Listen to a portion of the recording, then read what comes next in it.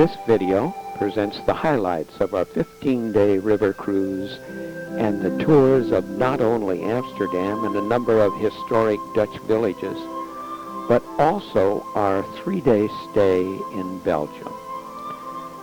We started our trip by flying into Amsterdam, then to Brussels, where we boarded a bus to Bruges, where we stayed 3 days. We then went by motor coach to the Dutch capital of Amsterdam, where we boarded our river cruise ship, which served as our home for the balance of our trip.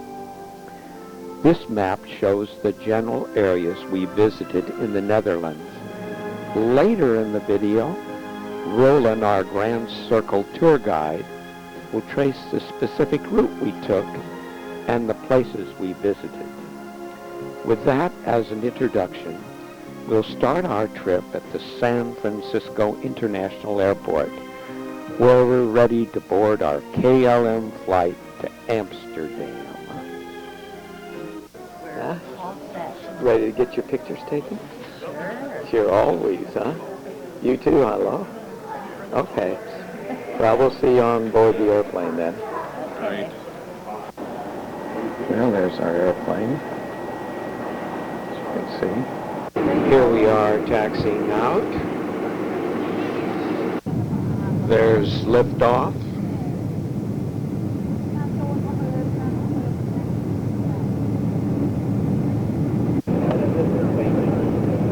A good view of downtown San Francisco and the Bay Bridge with Yerba Buena, or Treasure Island, there in the center. Another view of San Francisco and the Bay Bridge. We actually flew right over the Golden Gate Bridge. It was directly beneath us. This is a still shot of a TV monitor that was there in the aircraft cabin, and it was a moving map display, the airplane showing the position. You can see there's a red line behind it showing you where you have been. You can see we've taken off from San Francisco, and Spokane is directly in front of us. The display also showed ground speed, how high you were, remaining flight time, which as you can see here is 5 hours and 32 minutes. We're now way up there. There's Hudson Bay.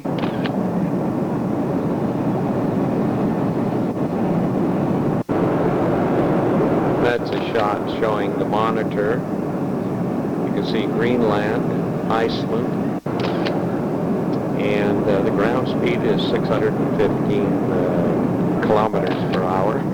Here you can see where we're coming in over the Atlantic Ocean. And here we are.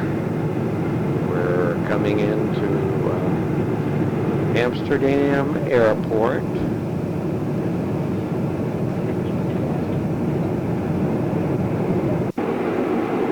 Well, we've landed, headed to the gate position.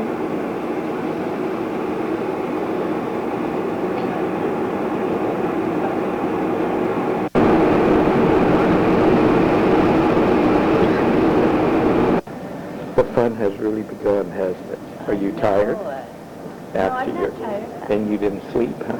No, I didn't sleep. Well. But I'm not tired. Well, you look fresh. I loved what I've seen so far. That's good. And you too, huh, Lois? Lois? There's Will over there. He's all ready for his next adventure, huh? Good. Ready for lunch. Ready for lunch. Yeah, I'll eat. I'll eat anytime you want it. We'll probably have steak on the next flight, don't you think? I'm sure we will. Yeah, maybe just like our breakfast. Yeah, probably a chocolate sundae. Yeah, right. And there's the city hopper that we're going to take between Amsterdam and Brussels. Here we are. We're going to be getting on this airplane.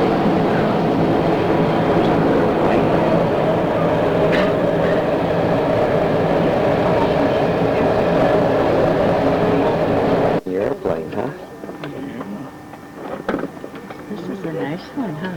Yeah, it is. Those of you looking forward. Duurde de gehele vlucht verboden. De apparatuur moet helemaal uitgeschakeld zijn, inclusief de standby-functie van uw draagbare telefoon. Wij wensen u een prettige vlucht. Good morning, ladies and gentlemen. On behalf of Captain Pilatus, we would like to welcome you on board. This is the flight to Brussels. This flight is operated by KLM City Opera in cooperation with KLM and Partners. Flying time to Brussels today will be approximately 35 minutes. Please with the back of your seat in the upright position and follow the tables. Smoking is... On our way.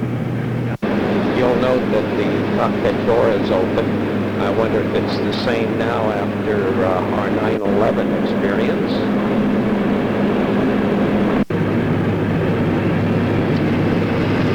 And here we are coming into Brussels. Here's our hotel. And this is in the front. You can hear the bus running. They just dropped us off. On through. Here we are going into the hotel. Before we even have dinner, we're going to take a walking tour of the town with our Grand Circle director, who is Roland. Yeah. So, let's go. Well, we were really tired, but it was fun just walking around the town, and we'll be really doing some intensive sightseeing tomorrow. But we did go down to the Market Square. And looked at all the neat buildings there. This is the bigger part, and Then we headed back to the hotel.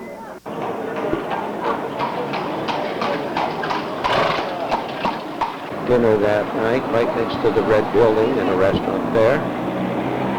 Very interesting food. That's our hotel. So let's go back and have a night of sleep, shall we? Okay. See you in the morning. Coming back. Here it is, day 3. It's Monday. And we're in Bruges. And that's the Market Square. And after breakfast this morning, we're going to set off on a walking tour of this canal-filled former capital of West Flanders, and actually Europe's best preserved medieval city. So, let's meet up with our guide. It's 10 kilometers. Nevertheless, now, in medieval time we had 50,000 people inside the town.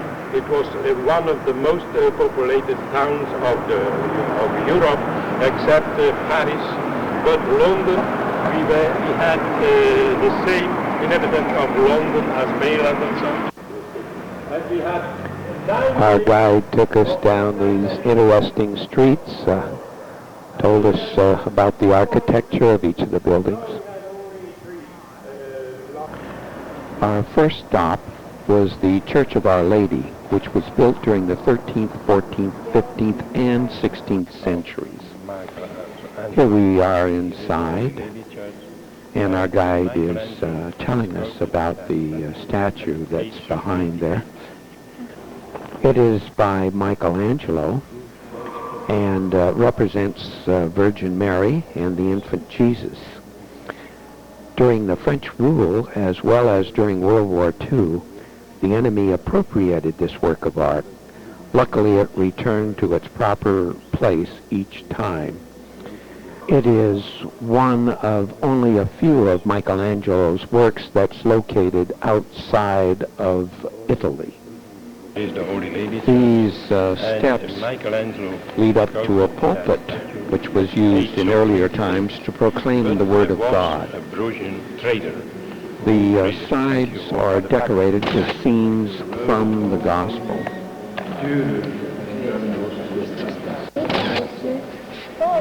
I'm always amazed at what I see in these churches, the craftsmanship, when you think how many years ago this was accomplished and with what tools they used. Here we are in the courtyard. We're now going to take a look at the tower. In Brixton. The spire is 49 meters high and has to be restored. They worked on it from 1270 until 1340. It is the highest tower of 122 meters, but there was a German, he said to me, Sie sind ein Lügner, you are a liar, because we have a tower in Bayern of 131 meters. We're continuing on our walking tour. We're down by the canal. See the boats there. We'll be taking a ride in a boat a little bit later. You can see the tower of the Church of Our Lady in the background there. It declines. This is a belfry that's there at the government building. It was finished at the end of the 15th century, and it dates back to the 13th century.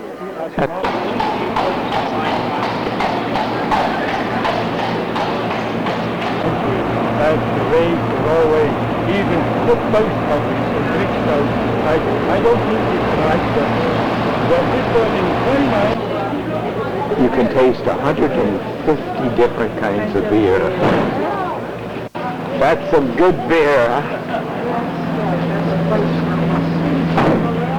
I will keep young. So there was the biggest, nicest Now we're over at the Berg. during the French It used to be the center of Bruges. It was here that Count Baldwin built his stronghold in 1864. Who dominated our city. The Flemish Count, the Duke of Burgundy, the people of Oxford, the kings of Spain, and the emperors of Austria. And you see 24 flags of towns who defended for the record of the justice. The Chapel of the Holy Blood. It's of Romanesque origin. And each year there is a big procession of Now we're over, getting ready to take our boat trip. and a lot of Americans come. We're going to say goodbye to our guide. Thank you. Yes. So they can come with me to the lace jewel and you'll see how they make lace. There's Roland. Yes. There's a free afternoon after that. And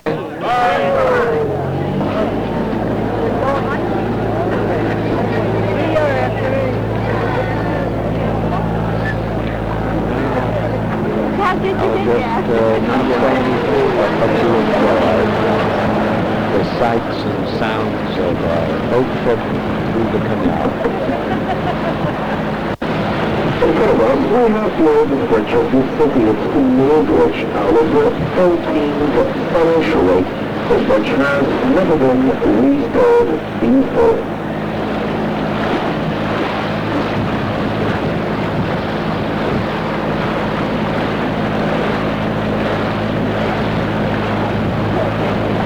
Which of the 17th century.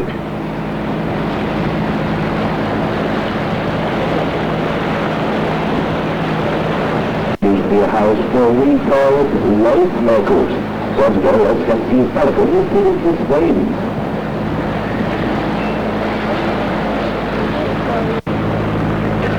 Welcome, sir. We have the canal with connection to Ghent, so most.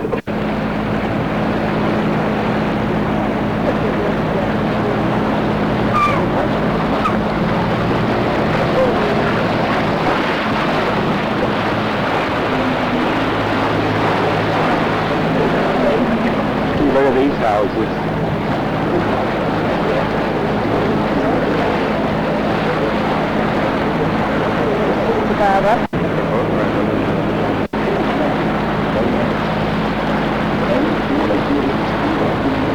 See behind you there. No. Church, but Theo Borgeslutch. Perhaps watching place in which Martians go together with Middle Ages.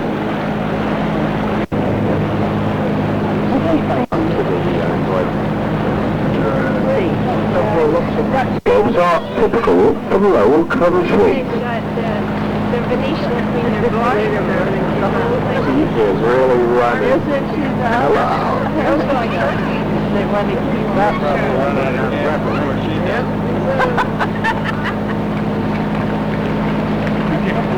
Hi there.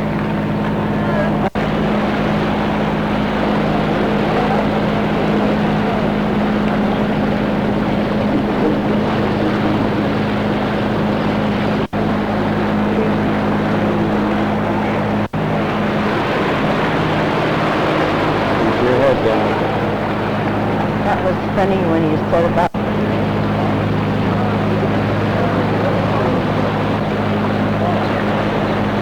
As you can see, there are a number of little boat companies that take you for a ride on through the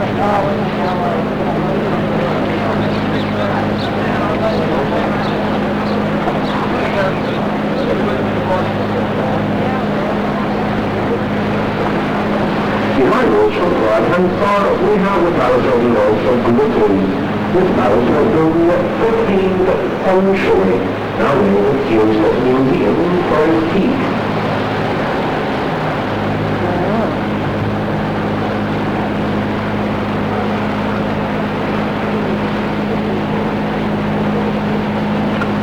In front of us, this is the smallest bridge of the city, Bridge of St. Boniface.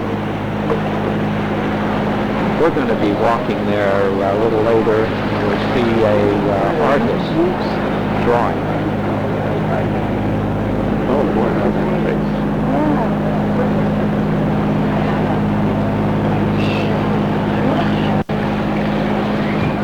I think we can see why Bruges has a reputation as Venice of the North.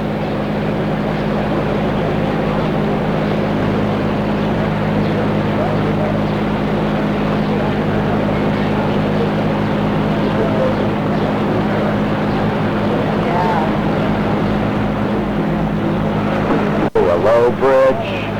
Watch your head, Will.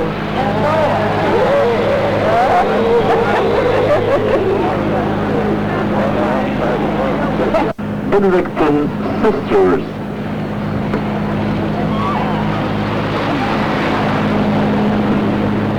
Boy, it's pretty.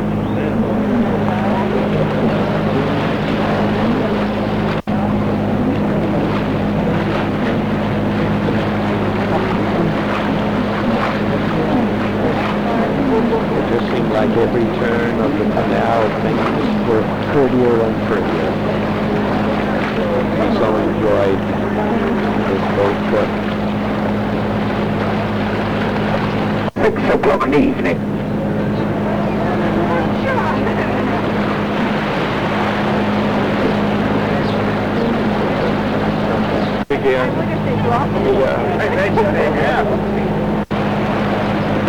In front of us, we have the smallest bridge of this city. Going to have the smallest bridge, but we also have the smallest window in Robert Star. You can see this window above the bridge on our left-hand side. In the middle of the wall on the corner. Oh, I see it, yeah. Oh. That little window. There's the littlest window. Right there.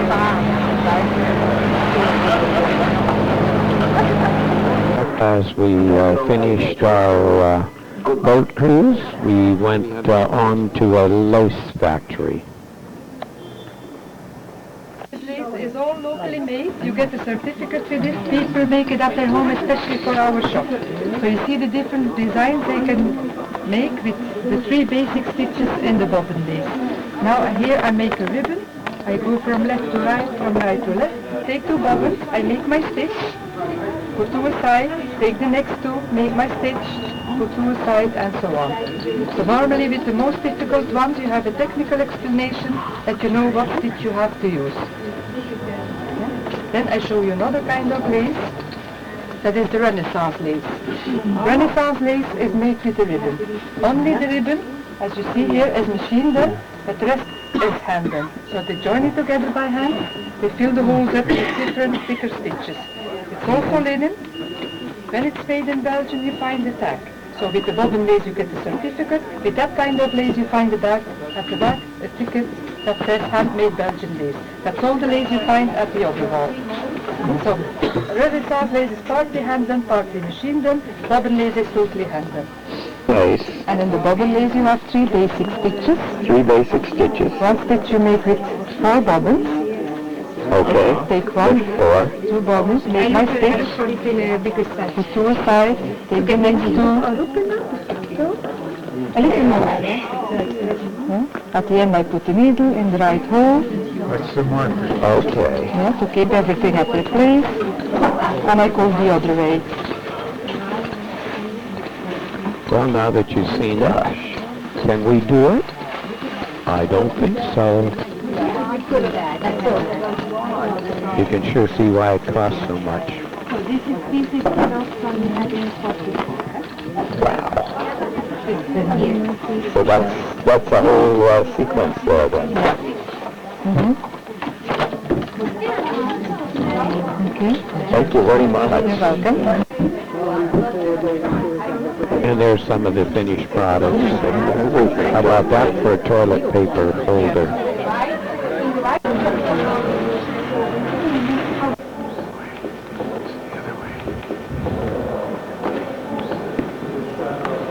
We then headed back to the hotel, and on our way back we stopped and took a look at this artist, and guess what he was drawing?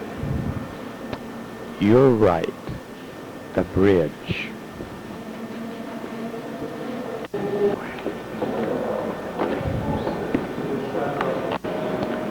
And there's another picture of a bridge. Just where do you think that's at? I recognize the tower. Well, that's in our living room. And guess what? Here is the artist who painted it. That picture. Thank you very much and have a very nice time. Thank you. Next time. All right, we'll see you again. Thank you. Bye-bye. Bye-bye. Bye. With a picture in hand, we headed back to the hotel. Had dinner right there in the hotel, and the food was superb. Got a good night's sleep. Got up the next morning, and by gosh, it's Tuesday and it's day 4. Today we're going to be setting off for an excursion to Ghent. And Ghent was founded around AD 600. Let's catch up with our guide. We just got off the bus.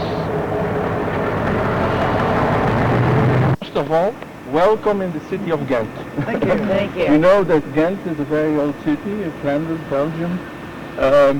We must return to the 7th century. Then was here a monk, Amandus was his name. And he was sent by the King of France, you see? Because he came here to preach the gospel.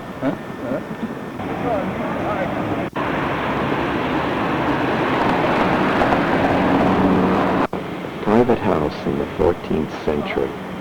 Still standing. How about that? Private house. When he was young, his father said to him, the 2 men that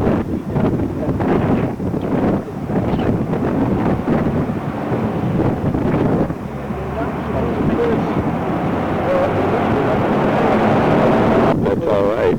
You can hear the winds really blowing. This is a gorgeous church.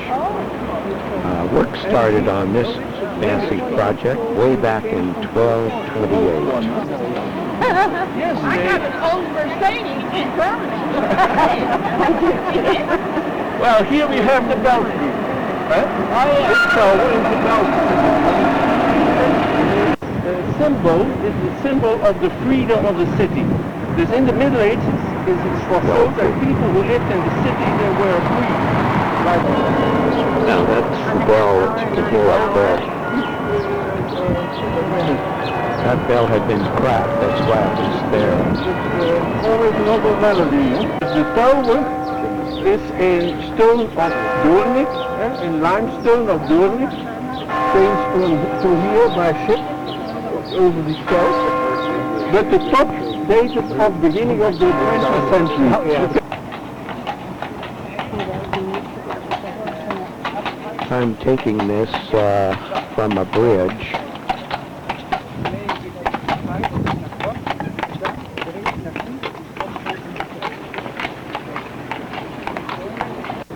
Restaurant and grill. We have here a nice view on the three towers of Ghent. Very nice. It's especially three. Just in the middle you have the bell of the city. And the last church is the St. Basil's Church. The first one is the St. Nicholas Church.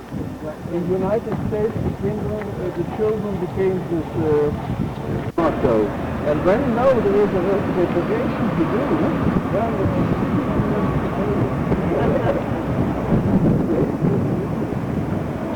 from there that you have this church, on the top.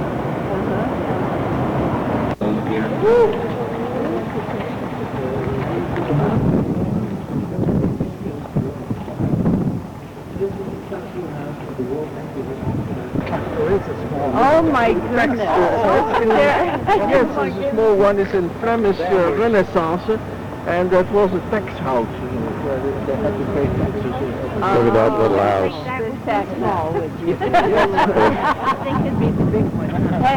And another right that again they had, that was, they had the right to keep from the grain that was transported on the lake. That's looking one way. Looking the other way. De bootman van Constantinople, the first one. Willem van Dampierre. Dampierre is in French. The Prinsenhof. Notice the There he was detail. born in 1500. Pretty fabulous. The man who discovered the south of America, the stones of, As you can see, I was fascinated with the buildings. Look at the filigree. As we were heading along here, we could hear up ahead a sound of the band. And by gosh, it was May 1st. The celebration began.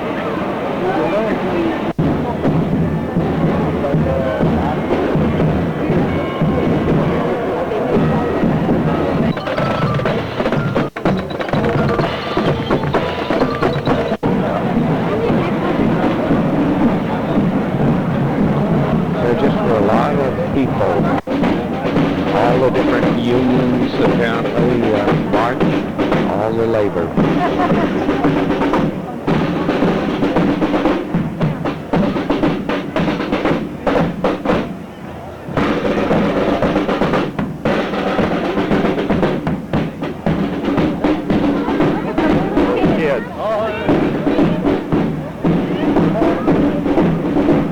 Not too many smiles though, I noticed.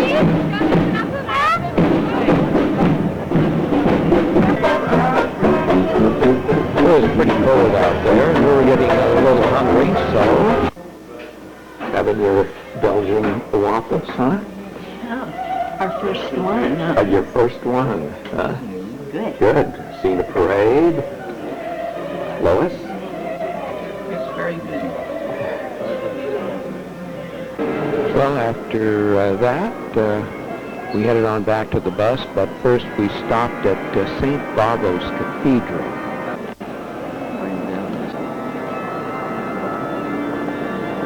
We wandered through the cathedral, enjoying the stained glass and looking at all the very intricate carvings It's really been a nice day here in Ghent. And by the way, we did learn that the Treaty of Ghent was signed in 1814, ending the War of 1812 between the U.S. and Britain.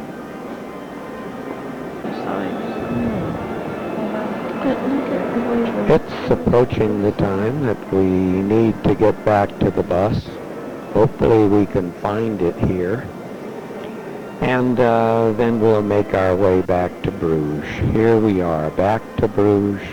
We had the afternoon to walk around the town again. And that evening we had another good dinner, went to bed. And it's time now to get up in the morning and look here. It's day 5. It's Wednesday. And it's time for breakfast. Today we're going to go to Antwerp and Delft. But first, let's see whose breakfast this is. Yeah, look at that. Early in the morning, but you look bright-eyed. We'll keep going at it over there this morning. And Lois, look what she has, but I'm not showing you mine. Inland? From the province of Brabant, and they can't say that, they have the soft G. They say, Goedemorgen. No, that's nice. That's Guys easier. rolling on the bus are So I teaching just us tell them that you're from the some province of Brabant. Dutch. Yeah. They'll never know. So it's good evening is goedenavond. But the people from Brabant say goedenavond. Well, we're on our bus heading to Amsterdam, and our first stop is going to be here at Antwerp. We'll be taking a short walking tour, so let's join our tour guide. And ending in Holland, which is on the other side. So 70 kilometers from here, you're at the coast side, where Holland lies. There is a difference in tide of 5 meters between low and high tide, which is quite respectable. As you can see, also the port activity used to be on the riverside, but it has all been transferred to the north. A little, we are still number one what diamond is concerned in the world. More than 50% of the diamond trade runs through Antwerp, which is quite big. This wall was built to keep the water out of the city. We have two of our Down there is a castle, and we'll be going to the castle. But first, take a look at the sculptures which are on many of the buildings.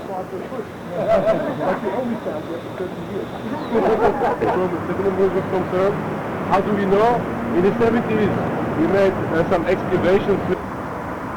We see the oldest part is the gray part, the dark part underneath, and that dates before 1200 maximum. The yellowish part, that's the renovation which was originally made by Charles V in 1520. It has always been the seat of the count. Later, in the later days, it was an imprisonment, and now it's already quite some time since the 50s a maritime museum. Let's have a look a little bit closer. Steps, yeah, steps. So one with the left, one with the right. If you make a measure, you have about 1 meter 50 times 1,000 is 1,500 meters. The four corners, for instance, they were cooked. It was not attached to the city because Antwerp was always on the right bank. It's only when you see no bridges, we only have tunnels. It's when the first tunnels were created in 1933 to the center. North America, Canada, and here. Then we walked across the street to this building, and our guide explained what it was all about. So let's listen to him, shall we? Only to make such a huge building in those days. It's amazing, yeah. What is the building? It's the meat hall or butcher's hall. So it's the guild house of the butchers. At the beginning of our golden age, perhaps I explained you also that we had a golden age in the 16th century. Antwerp port was the biggest port in the world, and that's for a certain reason, because a new world was discovered.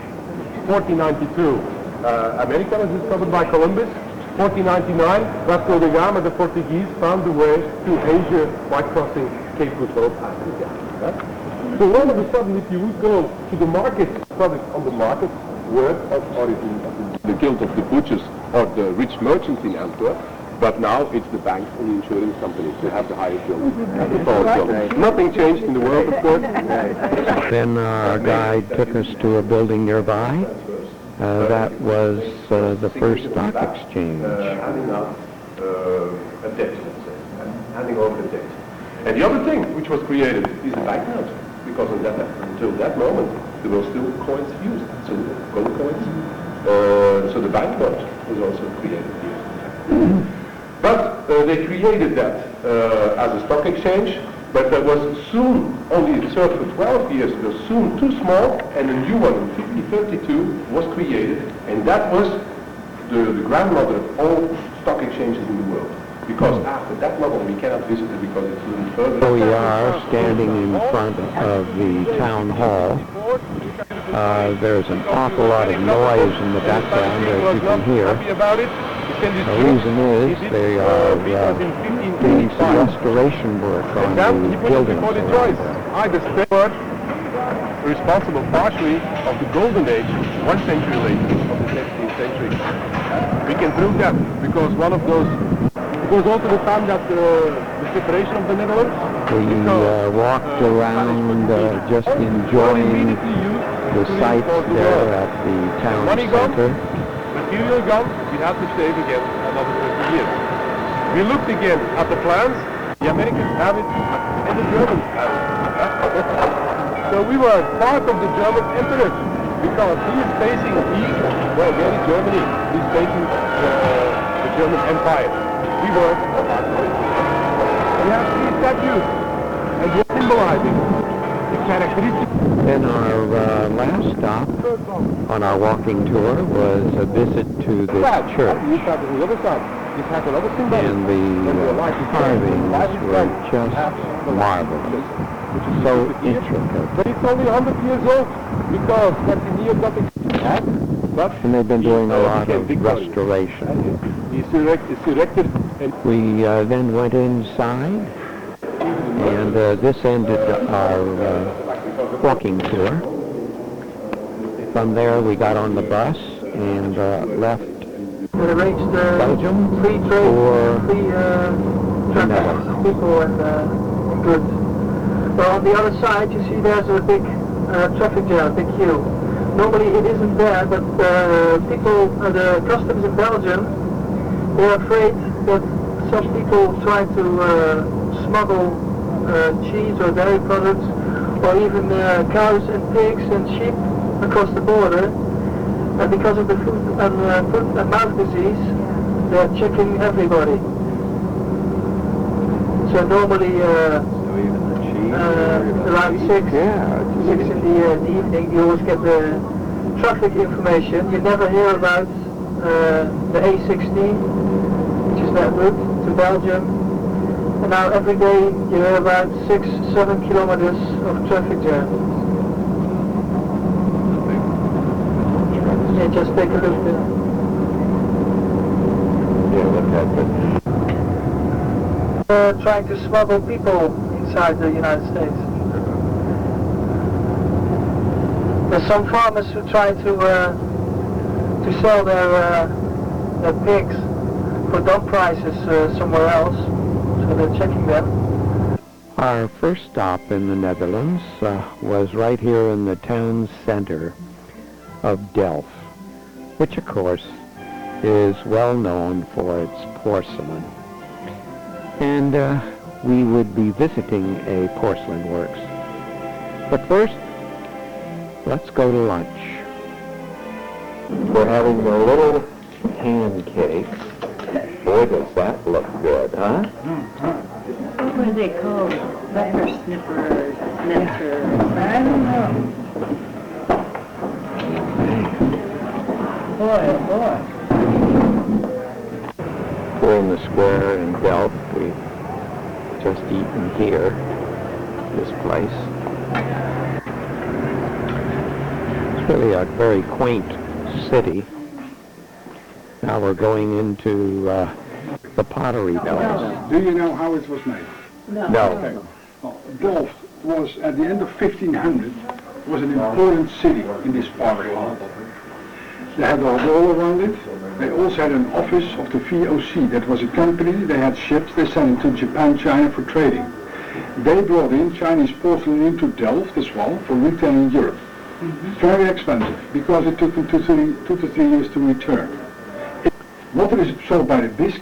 The gentleman gave us a real detailed rundown on how they produce the Delft porcelain.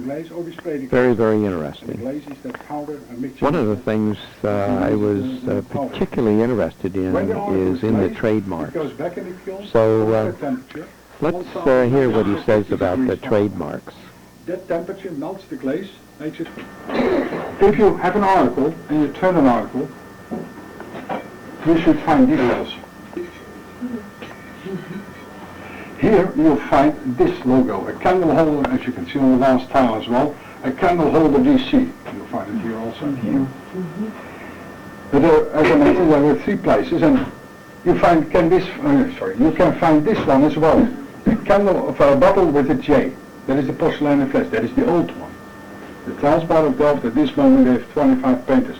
This one is also known as Royal Delft. Maybe you heard about Royal Delft. This logo, the hook with 3 stars, depicts the Delftse Pauw in the north part of Delft. There are about 15 painters. But if you find an article and it has a crown and it says Royal Delft, it's an imitation. The thing is, there is royal and royalty in Holland. Royalty is in the egg, you know, with the crown on. In Holland, when a company is older than 100 years, the company gets the title royal. That is how Shell got royal, you know, and Philips and so on. This factory was founded in 1653 and is worldwide known as Royal Delft. The problem only is that nobody ever had that word royal registered in their trademark. That gave anyone the opportunity to use it as a company's name. But it's only a company's name. You write Delft on an article, it's the name of the city. But when you look around in shops, most of the articles will tell you Delft's or Delft Blue. When it says Delft Blue, the article, then they're referring to the color they've used. It does not come from Delft. It's known as Delft Blue, but it doesn't come from Delft. When it says Delft's, a tiny S to it, it means like Delft style, like Delft. And there are many places in Holland, in Belgium, in Germany, mass producing. Big producer is Taiwan, and also Morocco at this moment. They can get away with that one, because they don't say it's coming from Delft, it's Delft style or Delft Blue. Then, you won't find it here, you find on that one a number. When you find on a number on the article, that is a model number, that is not a year of production. A year of production is stated in a code. That is, if you find the logo on the bottom on the right hand side. On the left hand side, you find the initials of the painter.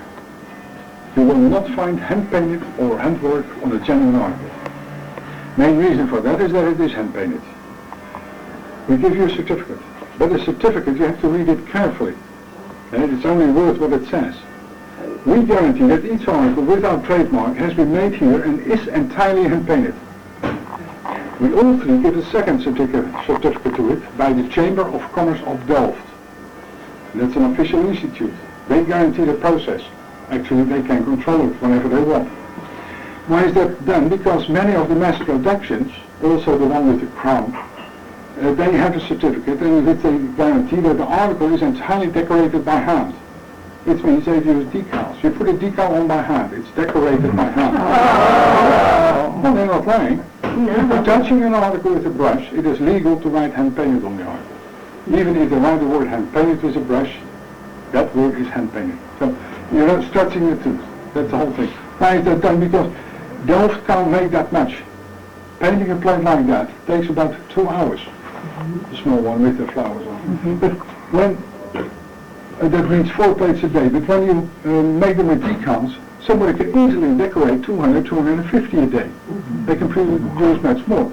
If they do a printing, really a printing, they can produce 1,000 plates per hour. It should have its effect on the price. Price for this plate here, sold directly, inclusive the sales tax, is 181 gulden and 50 cents. That is about $68.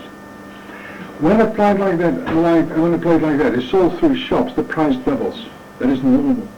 But when it's produced with a decal, it can be sold in a shop between 25 and 30 guilders, and that is a good price. They will sell it, however, between 25 guilders and 400 guilders, which means that even in Delft, when an article is expensive, when it has a certificate, it is not necessarily genuine. Then you need a second certificate to it. We then walked through the area where the kilns were and over to where they were taking off some of the flashings from the pourings. And then we watched them do some painting. Very tedious work. This I found most interesting. You'll notice she's spinning that plate on a wheel. And what she's trying to do is to get it perfectly in the center, and you'll see why. Notice she's putting a stripe around the rim. There you can see it. Very amazing, isn't it? We then went out into the shop area. There was a lady there also painting. This one's done, as you can see, in different colors. And here is all the wares displayed on the wall. And that, of course, is the factory from the outside. Well, it was just a nice day, and we just walked around enjoying ourselves. We were told we had a little time before we'd get on the bus to head to Amsterdam to embark on our riverboat.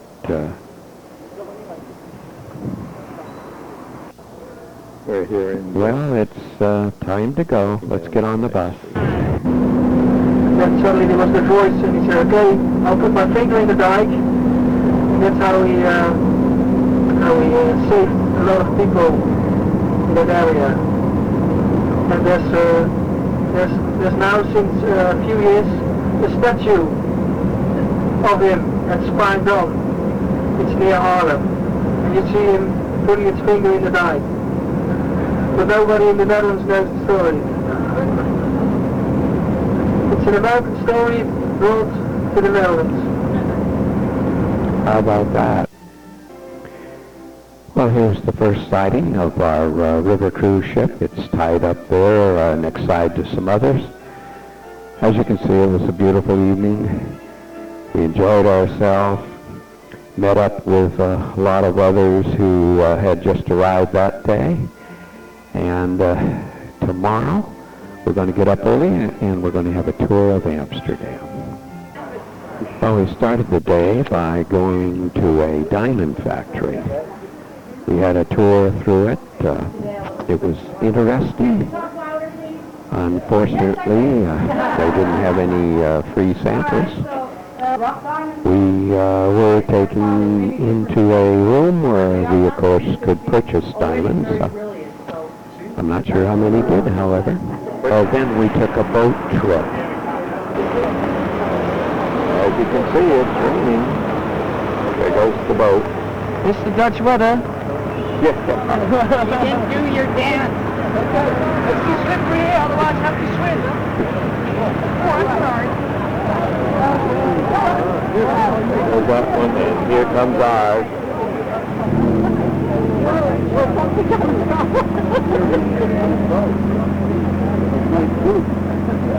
The gentleman just said, how many people, if they weren't on vacation, would be taking a boat trip in the rain? And I think he was really right. It's also good. It rates 200 days a year with its customers. And 300 days with the wind blowing. And you never get used to it. the first thing people talk about in this country, about the weather. And the weather forecast, they said nice weather, maybe here and there a little shower, 20 degrees centigrade. Across the river every time anymore, that bridge was not there yet. Quite often there's some doors. It was interesting seeing all the houseboats along there, but notice how dirty the water was. They said that the weekend they had just had a big party down there, a festival. However, it looked awfully dirty. The back of the windows almost always an irregular roof line. Well, our next stop was at the Rijksmuseum, where we spent time viewing the great collection of Dutch and Flemish art. And let me tell you, our tour guide was fantastic. So we'll pick up and let her describe some of the artists and the way they painted. I know already what it is, but the funny thing of France, and that's why later the impressionist painter of France was crazy about it, he brings the background in the faces. Look, he has brown and green in his face. And also the way he painted this, it's almost impressionistic. People in those days found it a bit sloppy, the way he painted. He was not so precise, but he has a touch which is very special. And when like that, he's not stressed out towards you. He's more like warming you a bit off. But look how it gives depth in the painting. Also the way he painted the place on the screen. This glass, he's not a real drinker because if you drink, you hold your glass like this, but he's handing it out to you. At the same time, don't get too close to it. He keeps his other hand like this, keeps your retina like this. Well, listen to her description of this painting. So the people you see in it, he didn't do that. Now, why is this so special? Because this hangs for hundreds of years in the room of the mayor. This is the old town hall. This is the town hall which we had until it burned down, and then they built the new big town hall, which is now, since the time of Napoleon, the Royal Palace. It was built as a town hall. And you can see it is old. It is really the windows, and there's grass growing out of the window. Look at the beautiful light colors and the different kinds of colors of yellow. He also indicates that, it is built in the street, not on the square like in the nowadays, because of the houses on the side. He's also very honest because here he writes that Peter Sandervan painted this 6 years after the building burned down. After sketches he had made 10 years before it burned down. So he is very honest and exact. Well, that's an example of our guide's ability to make those masterpieces come alive. Now, the museum is one of the most popular attractions in the city, and it was designed by the same architect that was responsible for the central station. It opened in 1885 and holds the largest collection of art and artifacts in the Netherlands. The collection started when William V started acquiring pieces. And ever since, it's been growing. It now includes Dutch paintings from the 15th century until around 1900. One of the most famous pieces is Rembrandt's Night Watch. Stadium, not by Rembrandt, because it looked so dark. And it darkened up over the years because it was between the door and the chimney. So they got a lot of smoke over it. It's cleaned a few years ago because somebody cut it up. And it had to be repaired, and now it's very clean. Well, here we are out in front, and hey, let's see who's here. I looked in there and I was looking for your paintings. They're down in the basement. They're in the basement? Yeah, in a closet. In a closet? Yeah. Is the door closed? Well, there's a mop leaning against the door. All right. What? Joyce. Joyce? Yeah. What'd you think of that in there? I just thought it was, bring that off my think of the perfect word. It was great. Okay, we'll see you back on the bus. Okay. Okay. Well, here we are now, back at the riverboat. That's going to be our home for a few days. Deck, and you can see how they tie one boat up to the other. So you walk through one to get to your boat. Well, we had lunch, and then this afternoon we're going to go out and sightsee ourselves. So let's go. As you can see, we're going to the Anne Frank house. This is the front of it. Quite a lineup.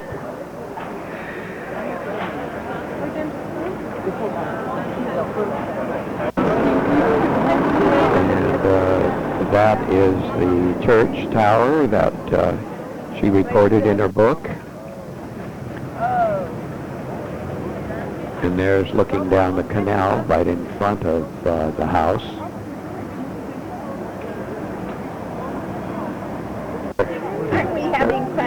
Yeah, right. You like standing in the line? Sure. Yeah. I get in. We're moving. We went to purchase our tickets. I was told no video cameras. This is the brochure that we received when we went into the house.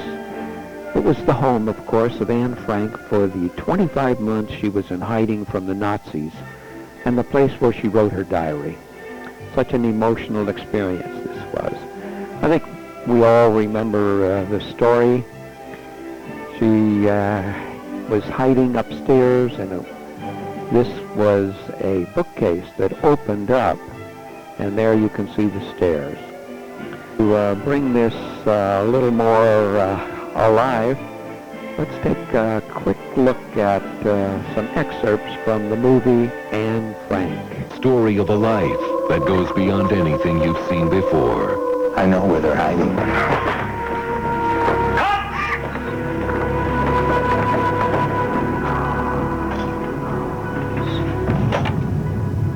Augurers, those who foretell the future.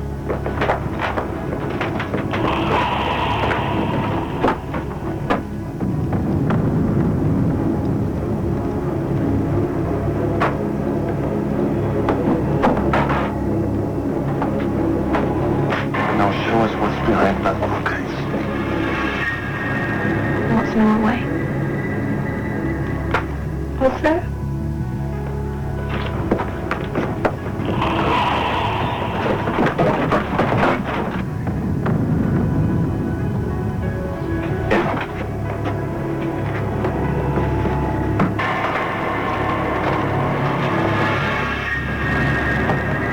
Stop him.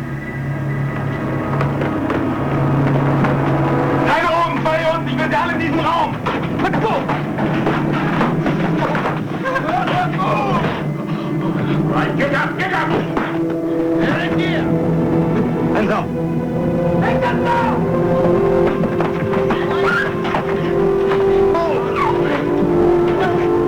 Move! Alles in Ordnung! Quickly, quickly! Move!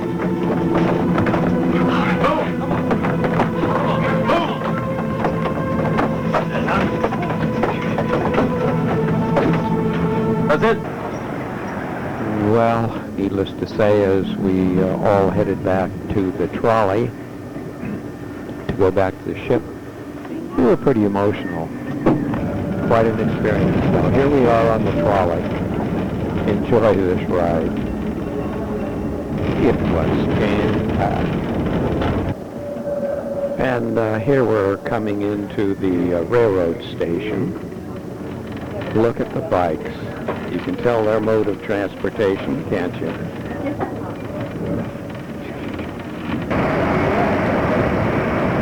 Well, here we are, going back to the ship. It's, of course, the Blue Dandy 2. Tonight's the captain's dinner. Oh, I can do it. We'll see. There's the menu. Pretty fancy food. Now, what do you call that?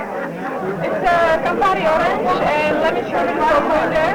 The little berry over here, it's Pisalis or blackberry or golden berry, and it's from Cape Verdean Islands or from Africa. Oh, neat. Thank you.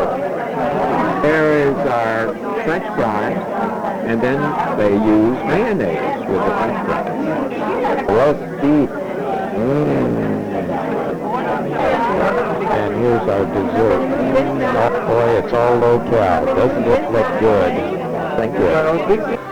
And then after the dinner, we went up to the lounge, and they had a book show.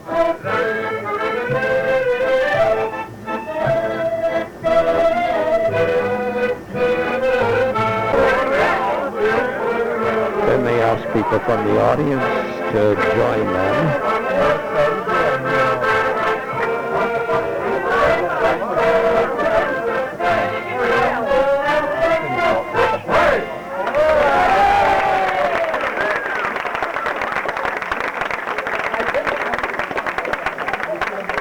They are imitated from old pictures or old clothes. They then showed what the women wore in days gone by. Start at the foot. First we have black shoes. Well, that finished the night.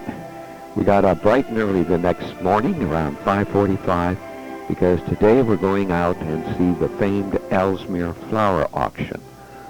By the way, it's day 7, it's Friday. Here we are inside this humongous building. We're up on a catwalk, and it gives us a real good bird's eye view of the bustle below. Now this flower auction started in 1912 and is owned by a cooperative of about 5,000 growers. They said that more than 20 million flowers from around the world are auctioned here daily. Exotic blooms picked in Africa in the morning can be auctioned off at this facility the same afternoon. And that's why it's located right next to the Amsterdam airport. Since it was early morning, the auctions were going on. They were held in 3 separate areas. They had a pre-recorded tape explaining the auction, and so I was fortunate enough to get some of it. So let's listen. Here we are in the auction room. 2 electronic auction clocks that work simultaneously but independently of each other. The buyers have their seats in the auction room and can switch between the clocks by means of a coloured button on the buyer's bench. Electronic light that counts down from 100 to 0 indicates the price. The price unit is shown in the center of the clock. Most cut flowers are auctioned in cents, but sometimes in units of 5 or 10 cents. From 2002, they will be auctioned in euros. The price is always per piece, so per single bloom or stem. By pressing on the button, the buyers can stop the light at the price they are prepared to pay for a certain batch. Therefore, the buyer who is the first to stop the clock is offering the highest price. His buyer number appears on the clock face, so that he immediately knows that he was the first to bid. Using the microphone on the buyer's bench, he can tell the auctioneer how many units of the batch on offer he wants to buy. If he only takes part of the batch, the remainder is offered for sale once more. That continues in the same manner until the entire batch is sold. As you can see, it all happens very quickly. Every time the buyer number changes, another transaction has been completed. About 1,500 transactions per hour can be made at each clock. With this auction system, the gigantic supply of products is divided into small portions in just a few hours. A unique system with nothing else like it anywhere else in the world. The transaction details are entered directly into the central computer. They are immediately processed into bills for the buyers. paper and electronic statements of the growers and statistics. Buying in the auction room is not open to just anyone. Customers first need to be registered with the Arsenal Flower Auction. Every buyer has a buyer's card bearing his individual number. When the buyer's card is inserted into a slot on the bench, the button is unlocked and the buyer is registered with the computer under his individual number. I hope that has given you a good overview of how it works. By the way, you never know who you're going to run into here. At a speed of 10 kilometers per hour. You can pull up to 600 kilograms. What do you Did you know, for example, that a static trolley I know it. I like weighs it more that than way. 500 kilograms? Well, this is the picture that Doug took. Thanks, Doug. I was there, wasn't I?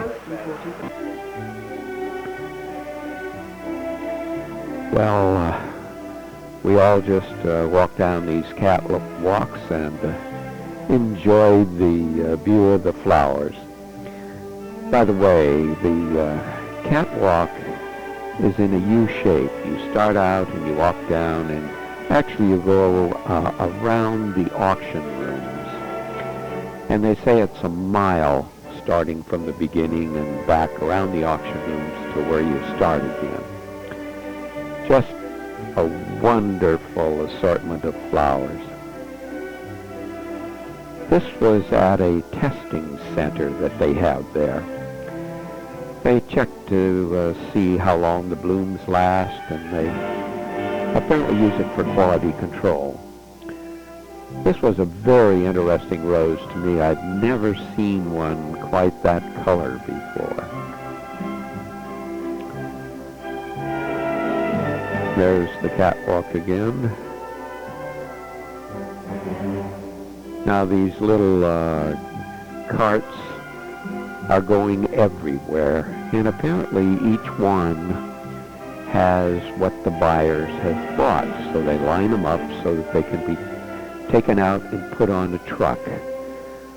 When you think of how many buyers are there and all of this trading going on, it's amazing how they have it organized.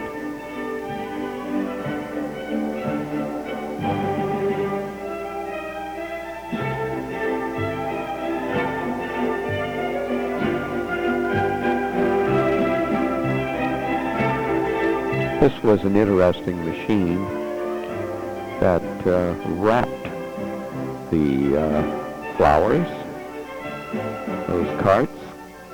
When it got to the top, it stopped. Well, with that, our tour was completed. This is out in front, all the trucks. We got back on the bus, and we headed back to the ship, had lunch, and then in the afternoon we took an optional tour to Holland. And on the way we enjoyed the sights, and Roland told us much about the area. So let's listen to Roland. If you want to live along this river, in those little houses on the left, you have to pay more than 2 to 3 million guilders. That's a lot. But then you have a nice little house, of course. You take a look at this one on the left. It's approximately 4.5 million guilders. So I have to save more money. Not far from that spot was this lovely place. This is where Rembrandt spent a lot of his time sketching for his masterpieces. And that, of course, is Rembrandt's statue of him.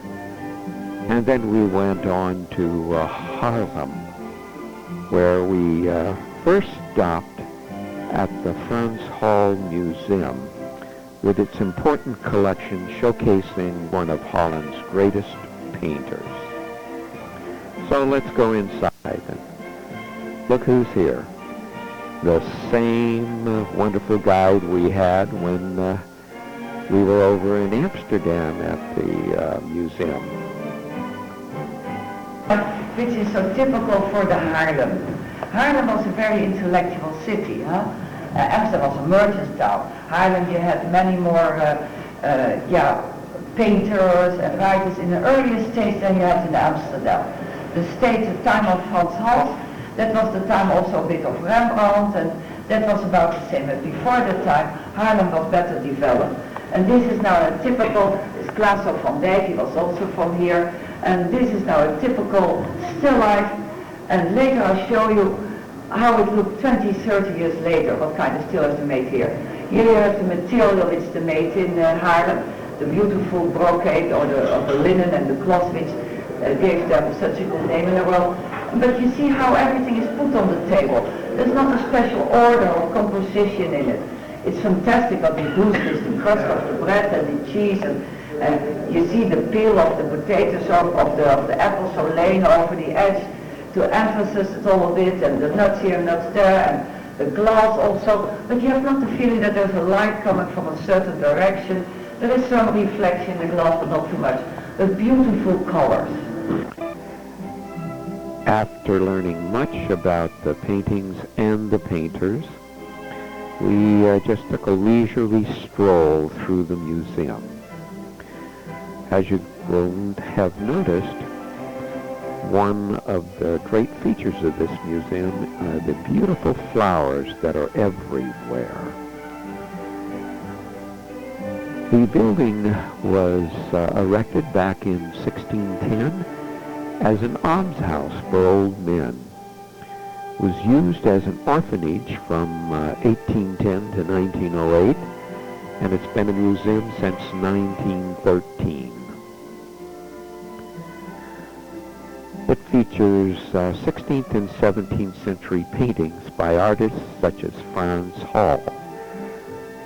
It also has a 18th century dollhouse, and this is it. Quite interesting. And here we are in a walled garden in the 18th century style.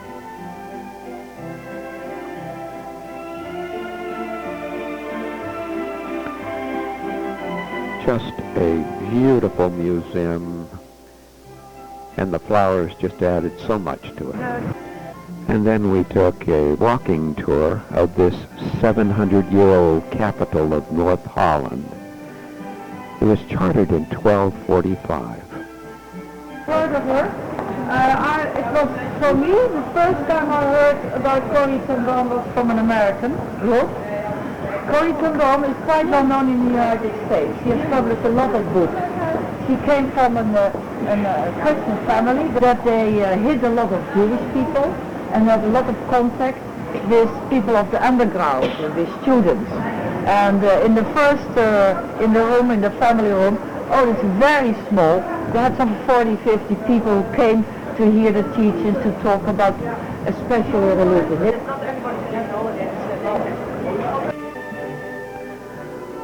Haarlem is one of Holland's main distribution points for bulbs, especially tulips and hyacinths. Here's one of the open markets, and then it was back to the ship. Now we're aboard our ship. Let's just take a walk around. This is on the upper deck, lounge area, and that, by the way, is another ship. This is the one we were tied up to, and we walked across to get to our ship. There's the swimming pool. It was empty. You can see how close we were to the other ship, looking down between them. You can look from one cabin room into the other if you wanted to. Another view. The sun's going down, and we're going to be having some dinner, but first let's go inside to the library. It's going to be, hey, Roy, what you doing? It's going to even be better. Lois, Betty? Hi there. Yeah. The sunset's going to be better, George, in a few minutes. Looks good out there. Well, let's see. I'll take a picture tomorrow and see how far along you've gotten. Can you imagine? Here it is, the next morning. And today, as you'll see here, we're going to be setting sail at 6:45 a.m. We're going to be cruising, and then we're going to visit the Dutch National Liberation Museum. So, let's go out on deck and watch us start our sail. Morning. Here we are, ready to take off.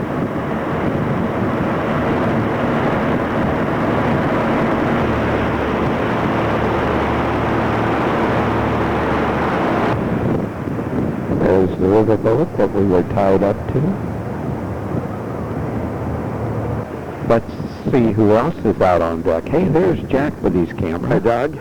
Morning, George. A How's it- sailor's life for me. yeah, boy. When it's warmer. What are you doing up so early?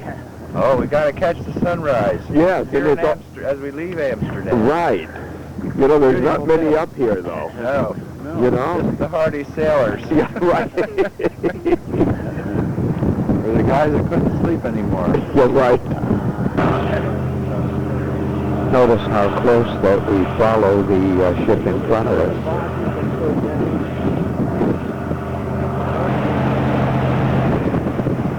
We're approaching our first canal, and thanks to Jack, we got up into the wheelhouse. What canal did you say this is? This is the Amsterdam Rhine Canal. It connects Amsterdam with the River Rhine. River Rhine. And the River Rhine, it can go all the way down, France, Germany. Yes, yeah. Put it on zero, it's going always straight on. No more those big... No wheels at all. No. Now back in the room, and looking out the window. Notice really interesting. On the edge there. You can see our wake against the dike. Going to breakfast now? Yeah. Yeah, we're going to have some breakfast. I bet you're hungry by now. Oh, man, yeah. Yeah, he's hungry waiting for me. Enjoy your breakfast. Thank you, Jack. I have to have my second one. It was interesting. Along the banks, the Saturday fishermen were out, and they had these sacks that went down the water that they kept the fish in. Going to be going into this lock, and it changes about 10 feet. Got the green light.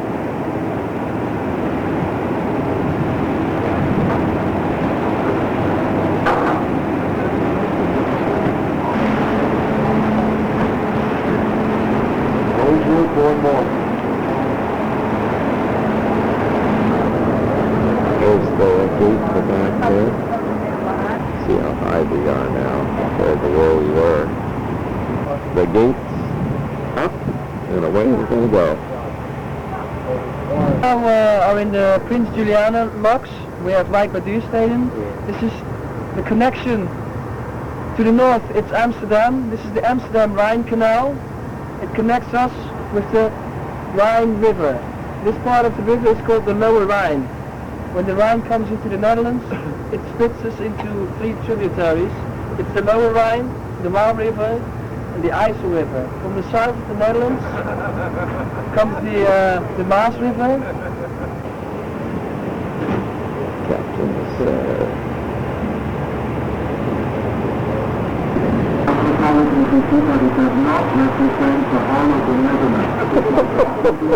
Boy, that was interesting. We got drift on.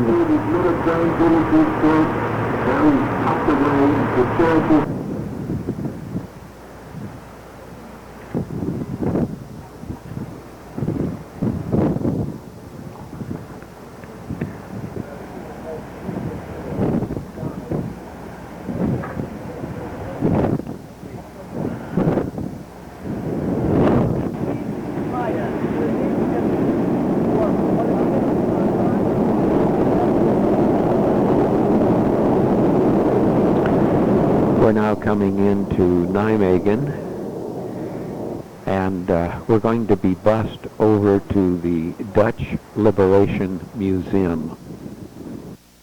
You enter the museum through this simulated parachute.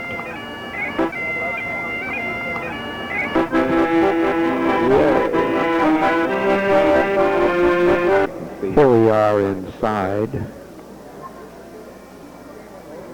You can see the parachute, and by the way, these are thank you notes that people write to the servicemen. Very sobering place. And we were there on a very, very special day. Good. Terrific. Ladies and gentlemen, very welcome in the Liberation Museum on a very special day. This is our Liberation Day. So many years ago, in 1945, we got our freedom back after 5 years of occupation and oppression. And we still celebrate this day as one of the big festivities you can ever experience in your life. So we have a special program in the museum today, and you are very lucky to take part in it. We have a special guest, Mrs. Green Nelson, a rising star. And we are very lucky to get her here because she has a very busy life giving all kinds of performances. She will give you a small concert which is special made for the Liberation Day. She wrote and composed the music for it. And it is, the song is called The Story of the World. I will read it to you. The story of the world is the story of me. It's the story of war. The sad story. I want freedom. Peace brings consolation, but can it console? Time heals all wounds, but can it take pain away? I want freedom. Once the story begins, it cannot end. Give me a dream, so that I can forget the thread of hope, a bird on the wing. The story of the world is the story of me. Even if you win, you always lose something. I long for freedom. Peace brings consolation, but can it console? Slowly I'm realizing that life won't last forever. I'm fighting for freedom. Give me a dream so that I can forget the thread of hope, a bird on the wing.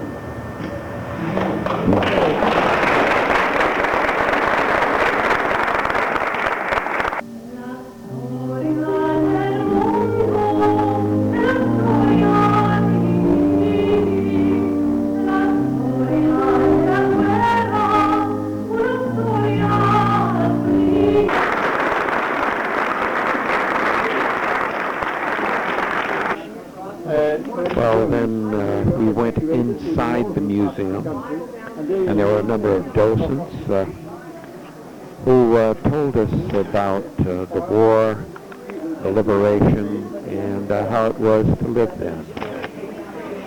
There was an excellent film that they had, and I taped it, so let's watch it. 1944-1945, Groesbeek presents Mad Tuesday. Beaten German armies escaped to the east, here near Grave. A chance to end the war quickly, to enter Germany bypassing the Siegfried Line. Montgomery makes the plan, Eisenhower agrees. Allied powers capture bridges over the Dutch waterways.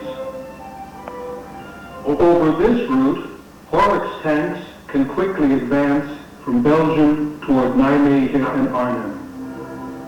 Thereafter, Dempsey's British Second Army will bypass the Siegfried Line via what Montgomery called the Open Door near Goch and enter Germany towards Berlin. Sunday, September 17th, Operation Market Garden starts. 30,000 Paras, 3 airborne divisions, will be dropped by surprise in the Netherlands. With their heavy kits, they walk towards the planes of Troop Carrier Command standing ready. In central England, General James Gavin addresses his All-Americans. About 1 o'clock, they will land near Groesbeek and Overasselt. In the south of England, Maxwell Taylor's Eagles help each other to board. They will jump at Song and Veghel. In the southwest of England, British Paras under Roy Urquhart, after a last cup of tea, head for Oosterbeek and Bolchese. On 21 airfields, 1,800 troop carriers are standing ready. As of 9 o'clock, every 30 seconds, an aircraft takes off.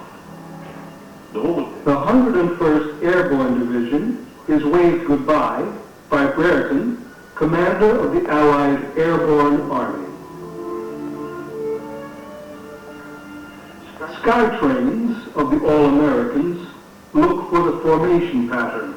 Eventually, there is a column 150 kilometers long, the largest air operation ever. And light flashes on. Go, go!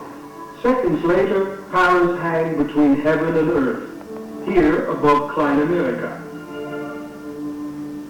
On the ground, everybody looks alone. Rifle out of holster, ready. A second series of sky trains approaches. Paras and supplies land safely. Whoop! Smoke columns on the horizon. Crashed airplanes. Under Ack-Ack fire, Roy Browning's British staff, with Horsa gliders, lands in Groesbeek, Bredeweg. Successful landings also at Somme and Veghel. Eagles on the fields around Heeswijk Castle. Oosterbeek. Urquhart's horses arrive. A wing snaps off. Happy landings for the British. Landed Paras assembled by company. Everyone knows his objective, a hill, bridge, or crossing. Several American Waco gliders arrive. This company is en route towards its objective. September the 18th, 800 Wacos fly towards Groesbeek and Somme. In long rows, the glider men walk towards their planes. The assembly is complicated and takes a lot of time. At a quick pace, the Wacos are being hauled one by one. First in rows of 2 abreast, finally 4 tugs and gliders. Above the English coast, Channel and Dutch coast. Those with the W7 on the nose fly towards Groesbeek, Villebaan. This series of gliders is being uncoupled near Somme. Often 2 gliders land close to each other. One has the jeep, the other a trailer or gun.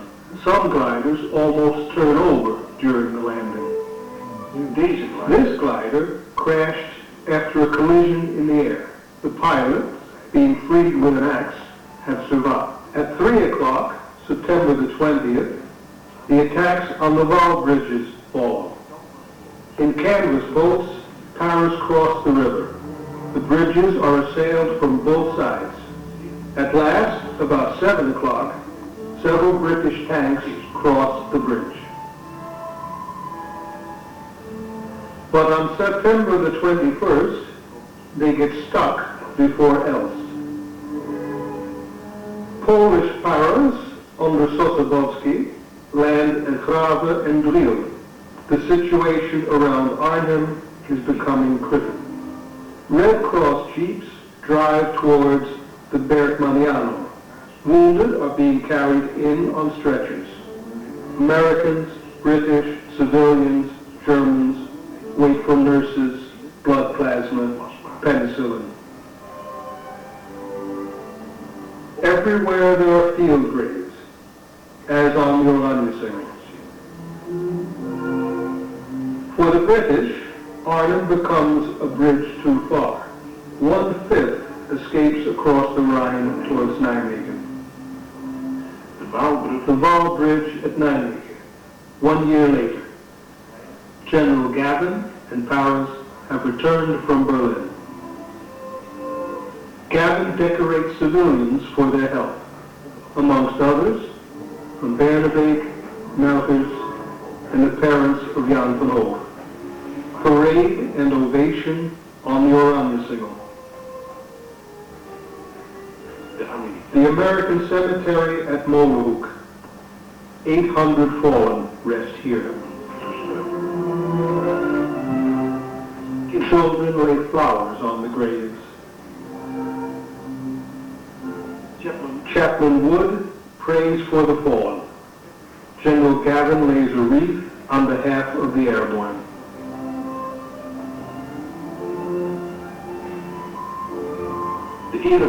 The Guard of Honor fires a salute. The last post. Homage to those who gave their lives for their friends and for us.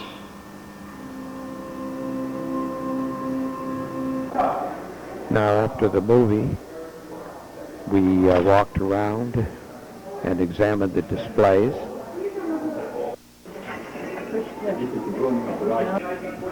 They will joke with you that even today they are scouring the Normandy countryside looking for some of the pieces that come home to the transport plane, C-47 Dakota.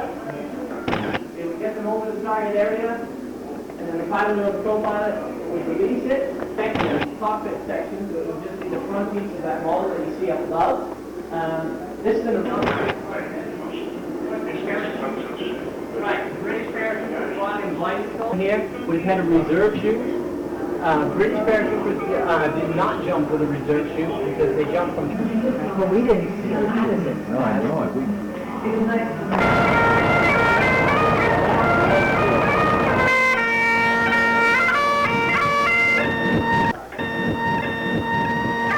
From the museum, we got back on the bus and we went over to Arnhem, where our ship was docked. We spent the night there, got up in the morning, and we're going to be taking a tour of Arnhem. So let's go outside and see what a nice day it is. Wow, we lucked out. It's a beautiful day out there this morning. Well, we're getting all ready to go out on the tour. Morning. As you can see, some provisions are coming aboard. These are the city gates. They date back to 1420s. And Arnhem is remembered as the site of a major defeat of the airborne American troops way back in September of 44. The unsuccessful battle to prevent German troops from taking the Rhine bridges is immortalized in the film A Bridge Too Far. And this, with the gun pointing at it, is the famous immortalized bridge. Then we took the bus on out to another museum, and look what happened when we got there. They're concerned of the hoof and mouth disease, so we walked across a mat that was treated, and you can see them over me spraying the bus down. That's the white bike plan I told you about. All those bikes. And here we go into the Kroller-Müller Museum, containing a collection of Van Gogh paintings and drawings and works by Picasso and other artists. We walked around and looked at all the paintings. Here are some of the Vincent van Goghs. This one's a little wild to me. This is called The Old Man in Sorrow. It was dated, what, 1890?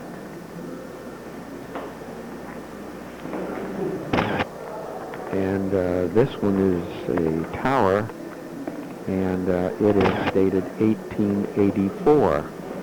Quite a difference in his artwork. And here is Monet. Yeah.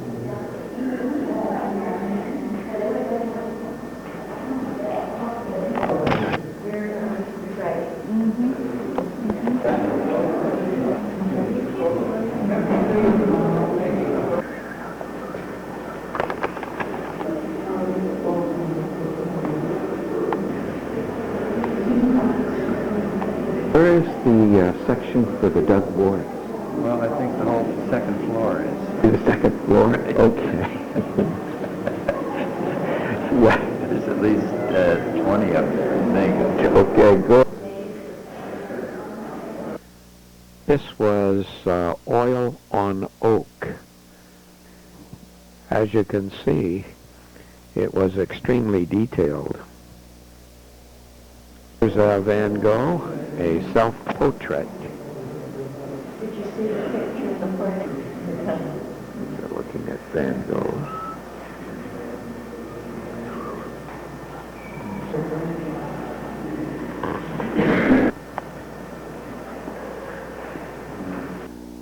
This one, if you note, is called Square with a Sector. How about that? That's silly. This was a display of modern works. Is that what that? Well, we're out in. Now we're out in the garden area, and it was beautiful. What is that thing?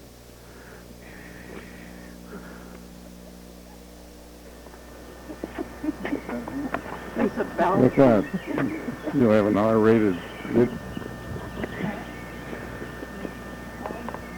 What those are? Because they just seem flowers. But the print doesn't look like the picture. Yeah, maybe it will when you frame it and put it on the wall.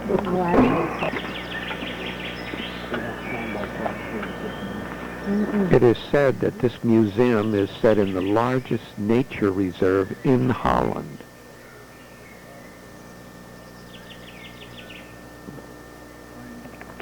By the way, the sculpture garden does contain works by Rodin. Hey, who's over there enjoying the park? We're now back on the ship after our tour. We're going to continue sailing towards Zirkensee. You can see who's in the library. That's Lois and Will doing that puzzle. And there's Norma. She's just enjoying herself reading a book. And as you can see, the gangway is coming aboard. And for one person who was on the ship, they didn't make it, as you will see. Just ahead is the bridge Too Far.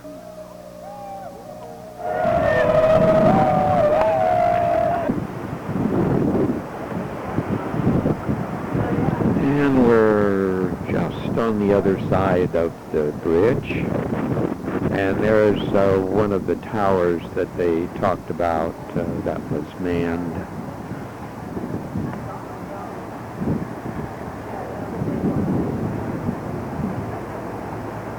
There's our last look at Arnhem.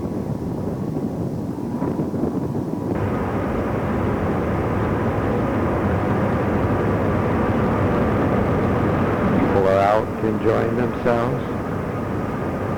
Well, we were heading on up to Germany, and this boat came around, and it was bringing some supplies, and little did we know that there was going to be more to its trip than what they thought. It stayed alongside for quite a while.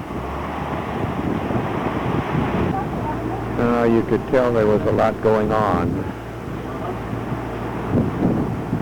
They ultimately took Roland and a passenger, a wife of a man who had missed the ship back at Arnhem. And they were going to head back and see if they could find it. So, finally, there they go. We're now up into Germany, and I'm not sure all of the reasons why, but they had to go up and then stay a moment and turn around and head out of Germany, back into the Netherlands. This is Germany. You can see the flags of Germany and the Netherlands. Well, we learned that Roland and the wife of the missing gentleman, they found him in a town sitting, eating dinner. We stopped by, picked him up, and then we went on, and we're heading for Zuiderzee. It was a lovely evening. We woke up the next morning, and here we were coming into Zuiderzee. Today, we would be arriving around 7 a.m. We're going to have a lecture on seafaring, and then we're going to take a nice walk in the town. Let's go out on deck.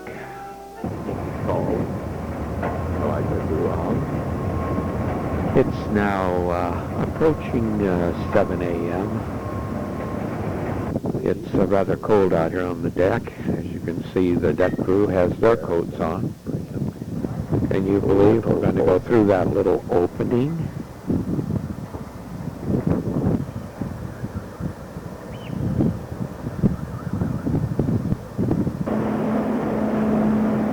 There's the captain.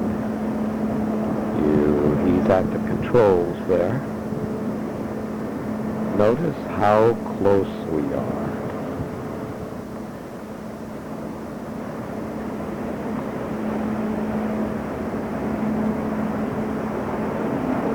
Look at how close we are.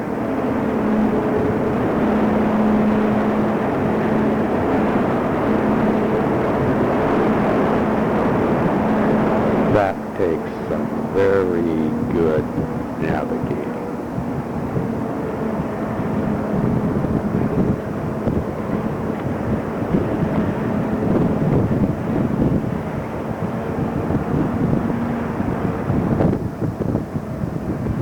Well, here's where we're tied up. We're going to go out on a walking tour. I don't know the three English names. I think it's the family of the Pruners. Hi there. Do many projects in order to become a real Mason, to be a member of the Masons Guild. So what they have to do, they have to make this gate without any use of cement. This is a gate and it's from the 1651. Can you imagine? Oh my goodness. There's no cement holding that together? No cement, just a little bit. Oh, a little bit. Yeah, that's the way Van Gogh made his bridge. And if they could succeed in doing this, they were real Masons. It must have been the settlement around here, and he called it Zierikzee. That's why it evolved in Zierikzee. It was in 849. After that, lots of farms.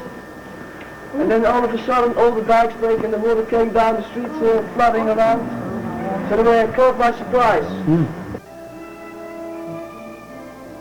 Now, Zyker Z has a population of around 32,000, and we were told as long ago as the early Middle Ages, it was a prosperous trading town, and that most of the original city walls, gates, and historical monuments have been preserved due to the fact that at the end of the 19th century, the city was too poor to demolish these buildings and have them replaced by new ones.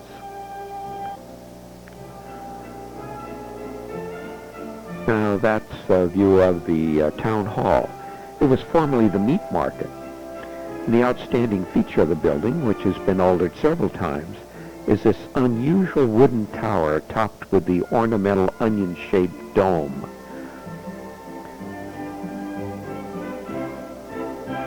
The decorative pieces of wrought iron were for holding lighted torches.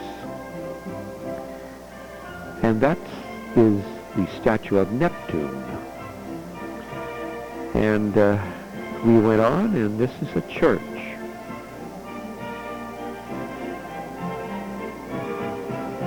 Another view of the town hall.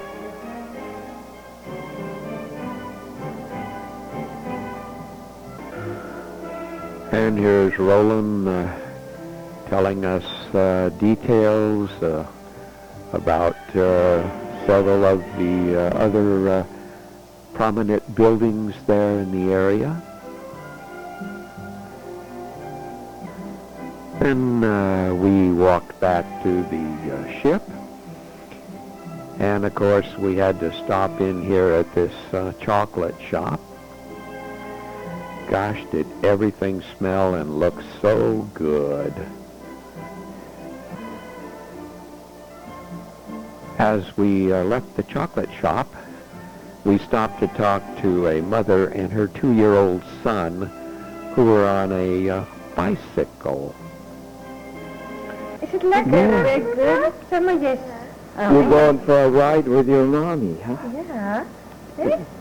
How nice. Can you smile? Yeah. Ga je nog lachen? Ga nog lachen. I'll tell you what, I'll take a picture so he can see. Oh, kijk eens. Kijk eens. Look who...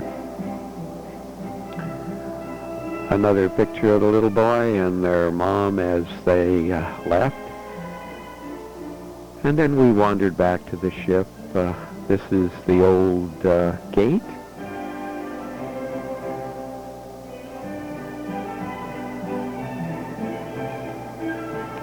Very picturesque village.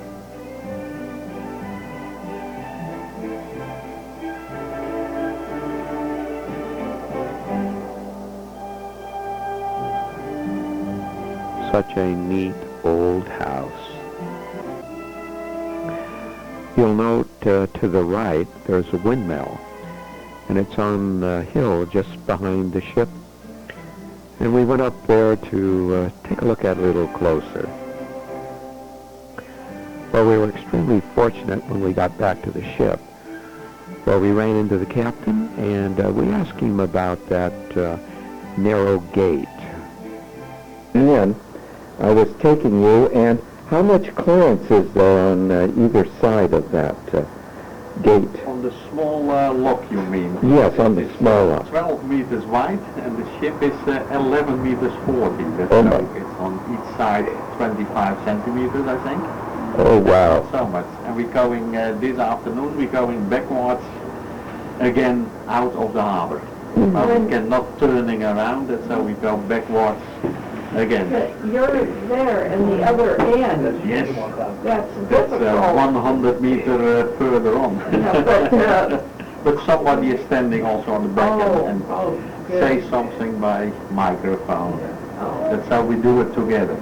There's a lot of different colors on the side there where some people have rubbed. Huh? Yes. Then it was lunch, and then we're off on a drive to the Delta Works. My name is Abby Martena, and I'm your guide this afternoon. And we will go first to the Delta Expo, and there we have a film which shows you what the Dutch people have done to build all those dikes and everything around that.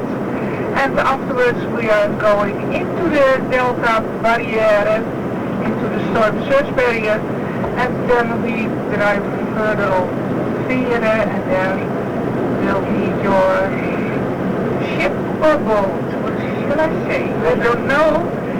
The captain likes to say ship, because a boat can own a ship. Yes. Yes, a ship carries a boat. Yes. Well, okay. Thank you. I hope you have a nice afternoon.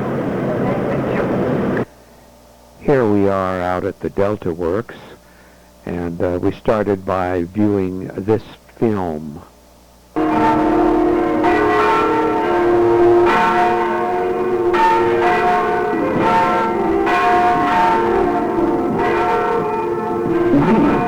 Southwestern province of the Netherlands, where past and present meet each other, lying so low that at times it just manages to stay above water, and yet it was that very water that helped to bring prosperity to Zealand, and indeed all of the Netherlands.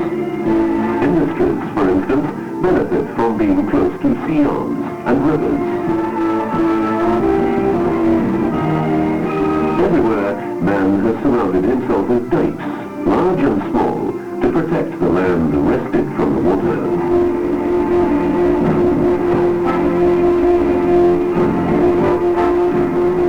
In the Netherlands, things are different. Ships sail past high above the land. Roads tunnel their way under water.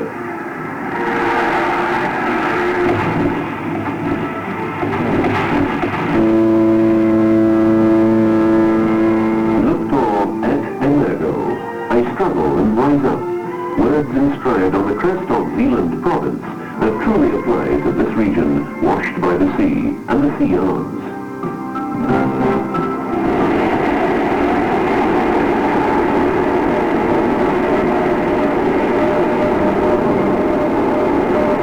The balance between land and water has always been a shaky one, and even though hydraulic engineers through the centuries broadened their technical know-how, the danger of floods was always lurking round the corner. In 1953, battered by a sea that in its fury rose to unprecedented heights, dikes collapsed in many places. A catastrophe hitherto unknown to the Dutch. More than 1,800 people were drowned. That's when it was decided to protect the coast, and especially the vulnerable estuary of three main European rivers, once and for all, against future calamities, by means of a number of barriers.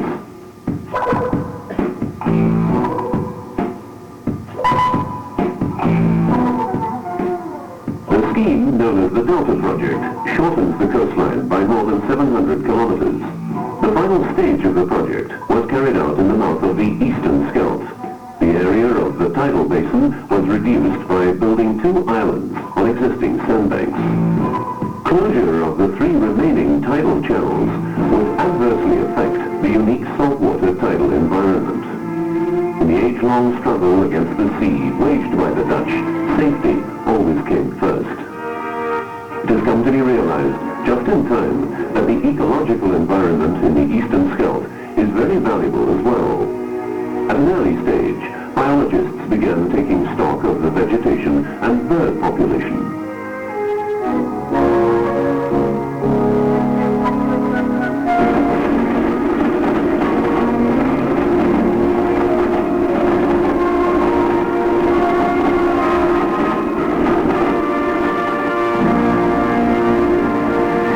Helicopters, flying in a fixed pattern, have taken samples from the seawater.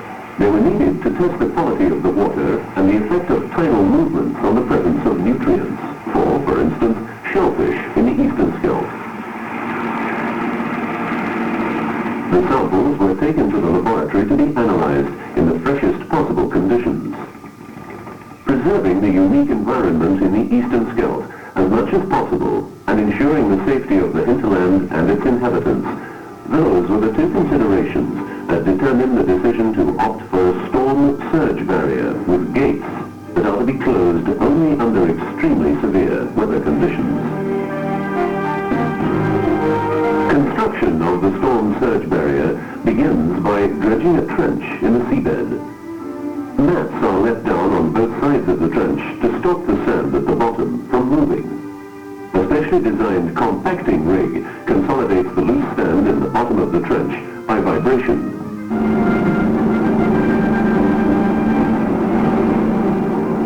Foundation mattresses filled with sand and gravel cover the compacted trench bottom.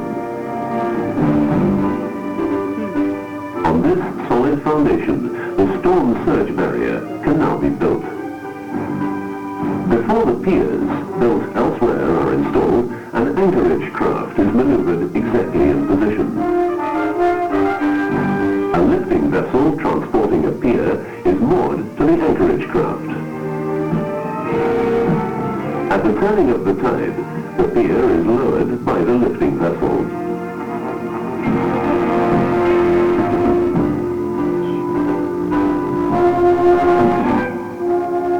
The broad base of the pier is embedded in several layers of rocks. Bridge sections are then placed on the piers. A superstructure adds height to the piers. Sliding steel gates are mounted between them. Gigantic concrete sill beams between the piers determine the size of the gate openings. The rock sill is brought to the correct height. The heavy steel gates are lowered only when a storm surge threatens, so that the land behind is protected against flooding. In various laboratories, tests have been carried out, for instance, to determine the effects of a storm surge barrier on the tidal movements as far as the back reaches of the eastern skirt. Never before has a hydraulic project of this magnitude been carried out.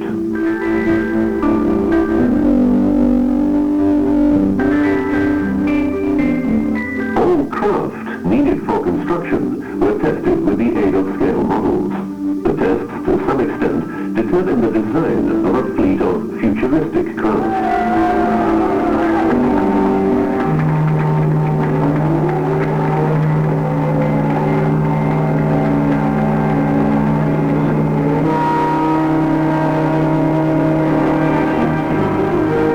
A temporary bridge, 3 kilometers long, gives access to the construction dock in the mouth of the eastern skirt, where the piers are built. The construction dock really is a sort of boulder, surrounded by dikes 15 meters below sea level.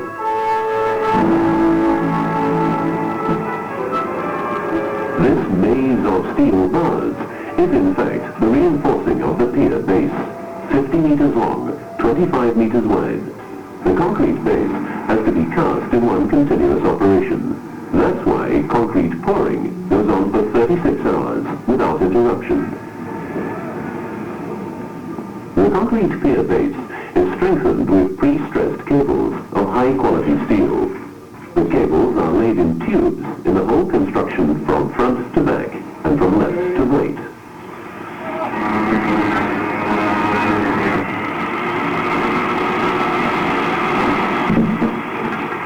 A heavy jack stretches the cables, then they are secured.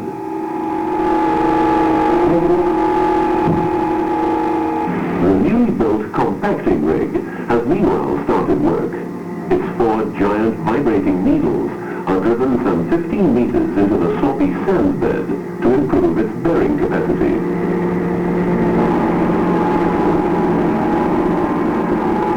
Compacting takes place in all 3 tidal channels in the path of the storm surge barrier. Strong currents make it necessary for the sandy seabed to be protected against erosion by bottom mattresses. They will also serve as foundation for the piers in the storm surge barrier. Floating cylinders are used to transport and unwind the foundation mattresses. 2 of these massive rolls are built on land.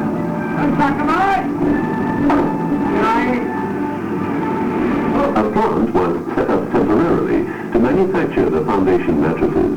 They are made up of several layers of synthetic cloth with sand and pebbles in between. Wire mesh separates the sand and pebbles in compartments to keep the material in place.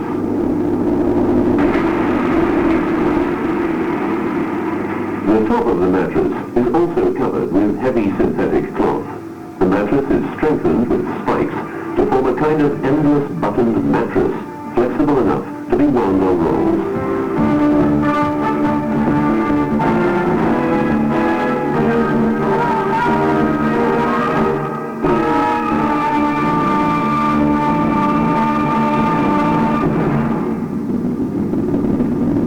The drum, with 8,000 square meters of mattress wound onto it, on its way to the craft, that is to lower the foundation mattresses to the seabed. The drum is maneuvered into the arms of the pontoon with the help of the tidal current. Then, the mattress is carefully unwound by the pontoon moving backwards.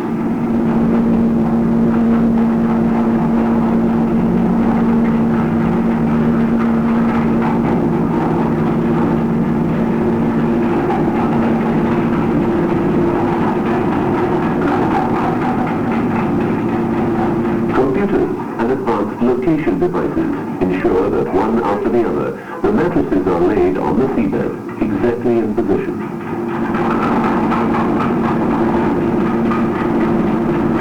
So as to ensure that nothing went wrong with the unwinding operation, inspections are carried out with an underwater vehicle equipped with 5 television cameras. The pictures taken by the cameras are relayed to the control room. Any damage can be spotted and later repaired by divers.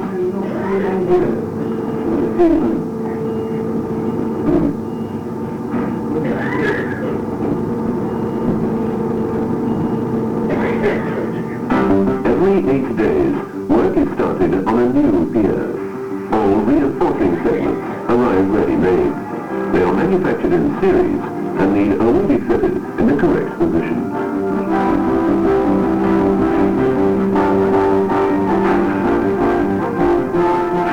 At another pier, concrete pouring is in full swing.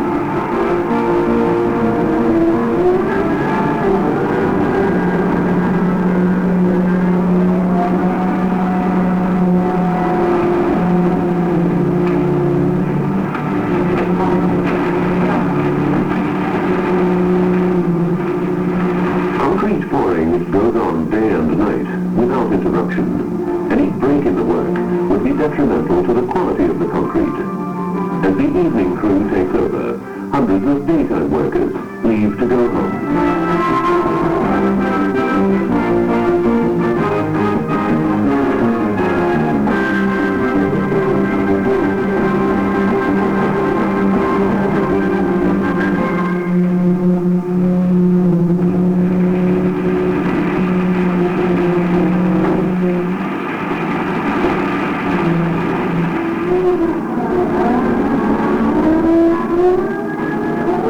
Construction of the first pier in its final stage.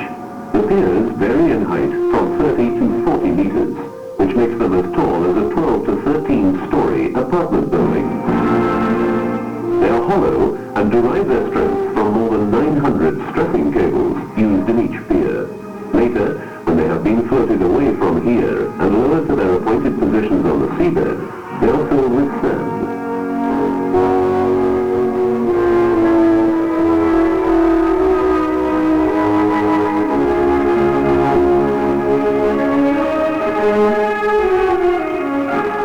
This moment has come when the first construction yard is flooded. It takes about 3 weeks before the piers are completely in the water, and every little bit helps.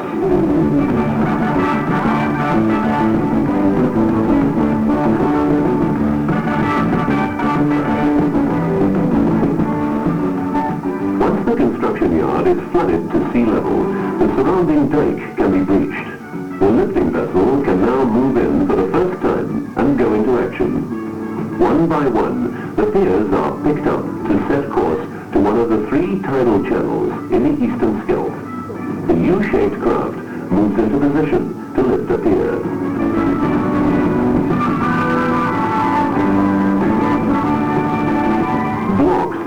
gantries take hold of the pier and lift it 4 meters off the bottom so that it can be transported, suspended in a lifting vessel. As the eastern Scheldt is fairly shallow in most places, the lifting vessel has to be navigated through the deeper channels. The very latest equipment on the bridge of the vessel determines the correct position. On arrival at its destination, the lifting vessel is attached to the mooring pontoon, which has been anchored in its exact position beforehand.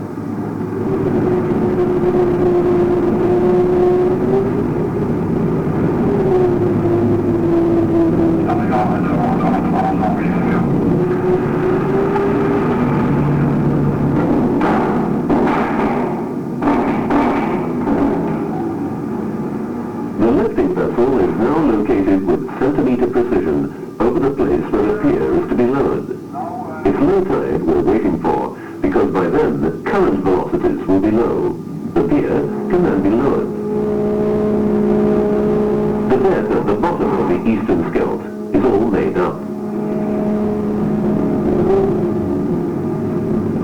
This way, a total of 65 piers will be positioned in the 3 tidal channels, placed so accurately that they are no more than a few centimeters out of place.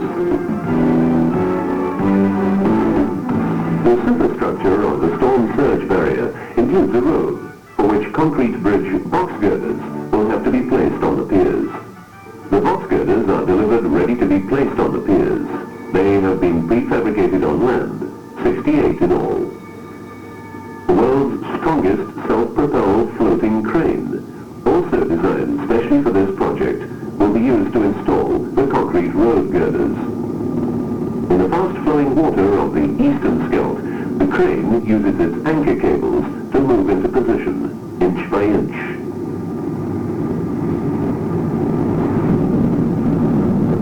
When the bridge girder is suspended over the piers, the crane lowers it to the correct position. The bridge girders will be widened later to accommodate a motorway and a lane for slow traffic.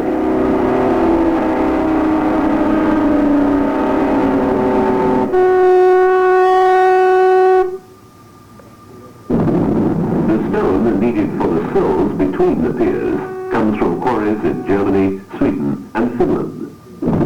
In the flat and low-lying Netherlands, there are no such quarries. The stone is taken to the eastern Scheldt by ship.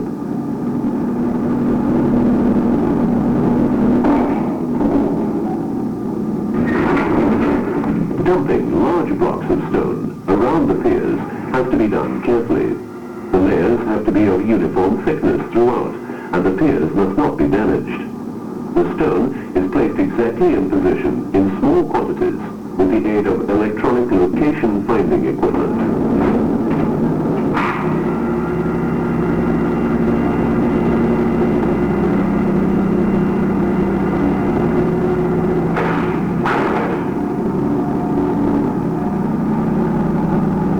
The pier barrier construction has progressed so far that a start can be made with the installation of removable gates.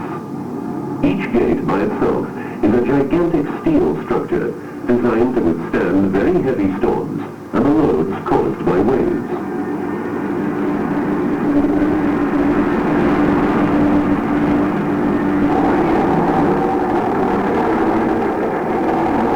The gates are taken from the construction site to a pontoon, which delivers them to a floating crane in the eastern Scheldt. The crane lifts the gate high above the road girder until it's over the top of the pier.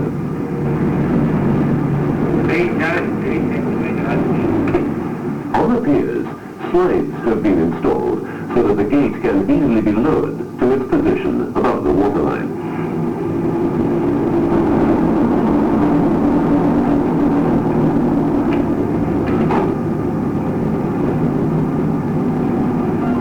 Here, the hydraulic cylinders for moving the gates are already mounted. Slowly but surely, the storm surge barrier takes shape. But between the piers, so-called fill beams have to be installed. They will reduce the size of the flow openings. The heavy concrete beams are built in a construction dock on the construction island. The dock has meanwhile been flooded to allow the crane to enter and pick up the beams. The job of positioning the beams is for the most part an underwater affair. It is one of the most difficult stages in constructing the storm surge barrier.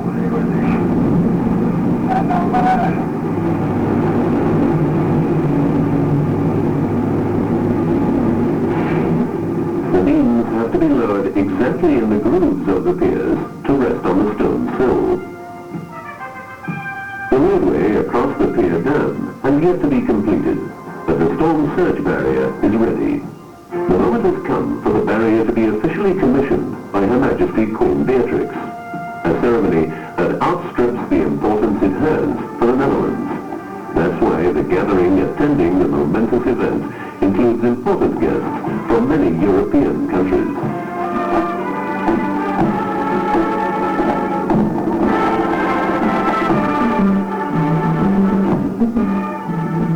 Standing on one of the piers, Queen Beatrix symbolically sets the last gate in motion. Met het neerlaten van deze laatste... By lowering the last gate, I officially commission the storm surge barrier in the eastern schelp. in gebruik.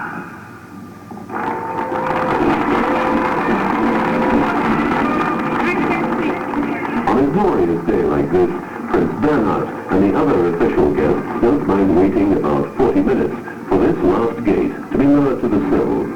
After all, it marks the end of a 30-year battle against the sea.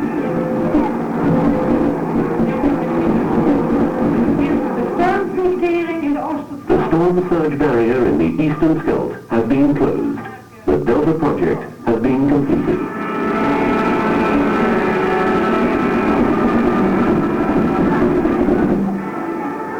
As the VIPs propose a toast to the success of the project, the gates are raised again. The tides must be allowed to run freely so as to prevent any damage to the natural environment behind the barrier. What remains to be done is the job of widening the road across the storm surge barrier. Concrete elements, lifted in place by a mobile crane, are fitted to the sides of the road girders.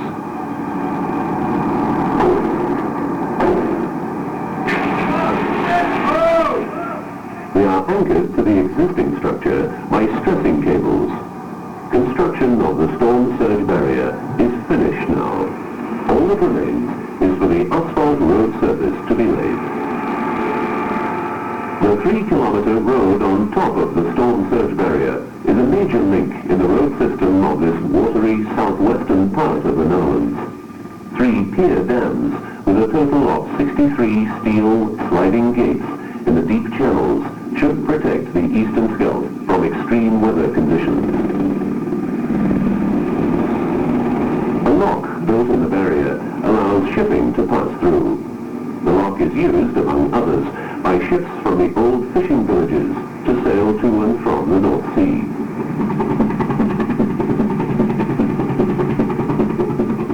Twice a day, the North Sea water rushes through the barrier into the eastern schelp.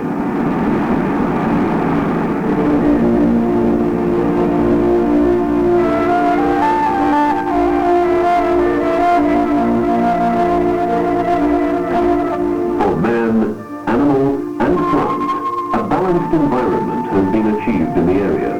An environment that offers the best chances for life to flourish in the eastern schelp and security for people living around the eastern schelp. Whenever high water levels coincide with severe storms, the barrier is closed, a situation which, fortunately, occurs only once in a few years. In the control building close to the barrier, all relevant information is received by the central operating room, weather forecasts, the rise in water level to be expected, and so on. When all forecasts happen to be unfavorable at the same time, the gates are lowered. Within the hour, the storm surge barrier has changed from an open pier dam into a closed, solid, and safe barrier.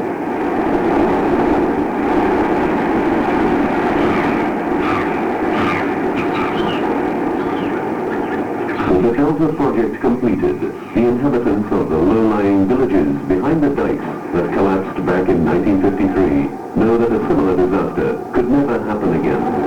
The water in this delta area that has given and has taken away has been tamed. The completion of the storm surge barrier in the widest and most unpredictable sea arm, the Eastern Scheldt, is the crowning achievement to the Delta project.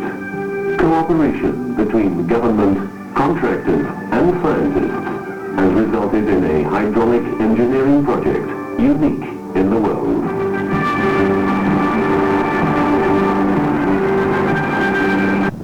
What an undertaking. Then we had the opportunity to walk out on those catwalks and see the structures. We then went into the main building and looked at a number of exhibits and got it back on the bus, and we headed to Veer, which is where we reboarded our ship. After dinner that night, I decided to take a walk around town. The others stayed back. They were getting ready for the show. This is the town hall, and it dates back to 1477.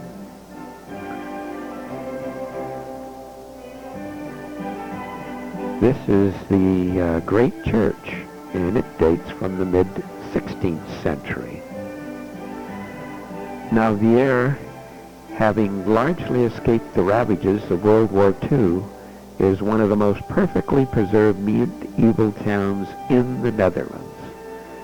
At its height in the 16th century, it was a booming port town of 20,000. Now closed off from the sea by the Delta Works, it is today a small town of less than 5,000 residents. Now, one of the reasons I took this walk was to photograph this windmill in the right-hand corner of this picture. So I crossed this bridge and headed up to where the windmill was. There's very few people around, kind of eerie, and then all of a sudden on top of this hill was this man. And I got talking to him, and he showed me the best places to take the pictures. What a neat guy.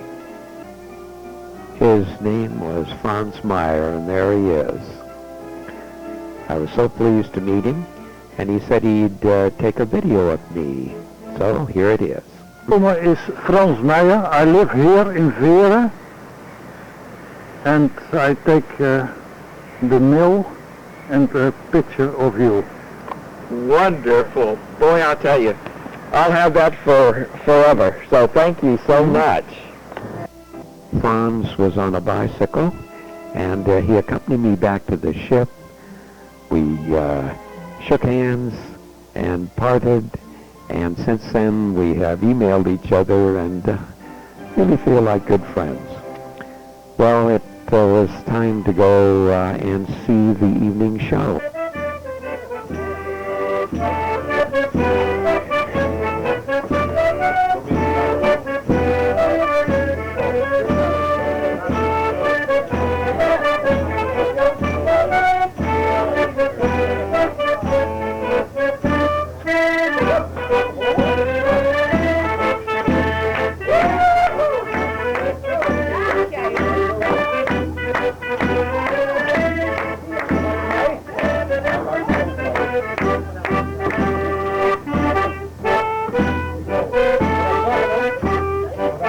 The folklore show ended our day, so we'll see you in the morning.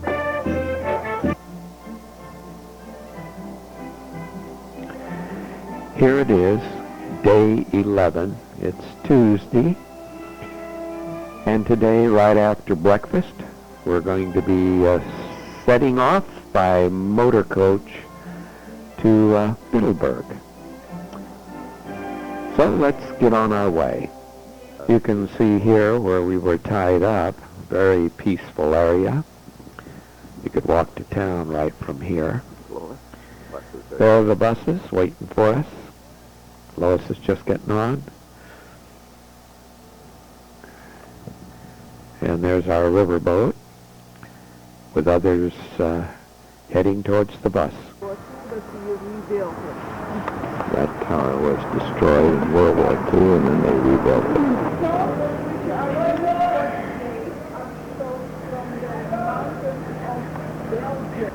Where the monks have lived from the 9th century till the 16th century.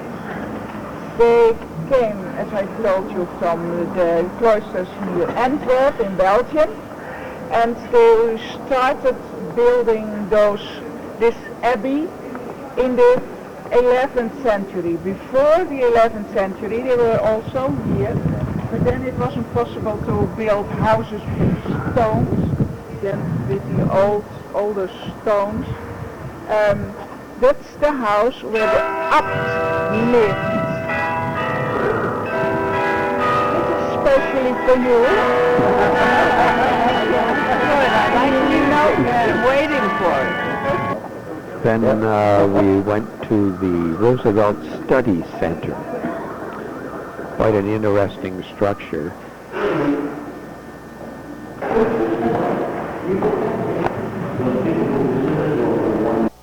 The focal point of this room was the Four Freedoms Awards. And on the wall it listed all of the recipients of the Four Freedoms Awards. These freedoms came from a speech which President Franklin Delano Roosevelt made back in 1941. And they were the freedom of speech and expression, the second, freedom of every person to worship God in his own way, the third is freedom from want, and the fourth is freedom from fear. How wonderful it would be if the leaders of our world would adopt these freedoms as their charter in life. We're now in Market Square, and this is the town hall. Well, you can see the shadow of the black line. That means that it's going between the 8 and the 9.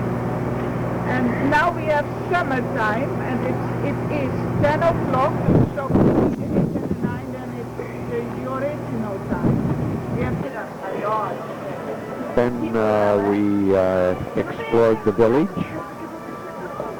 and we've seen a chocolate shop, so let's go inside. Good candy here. Yes, we have good candy, yes. Yes, we know.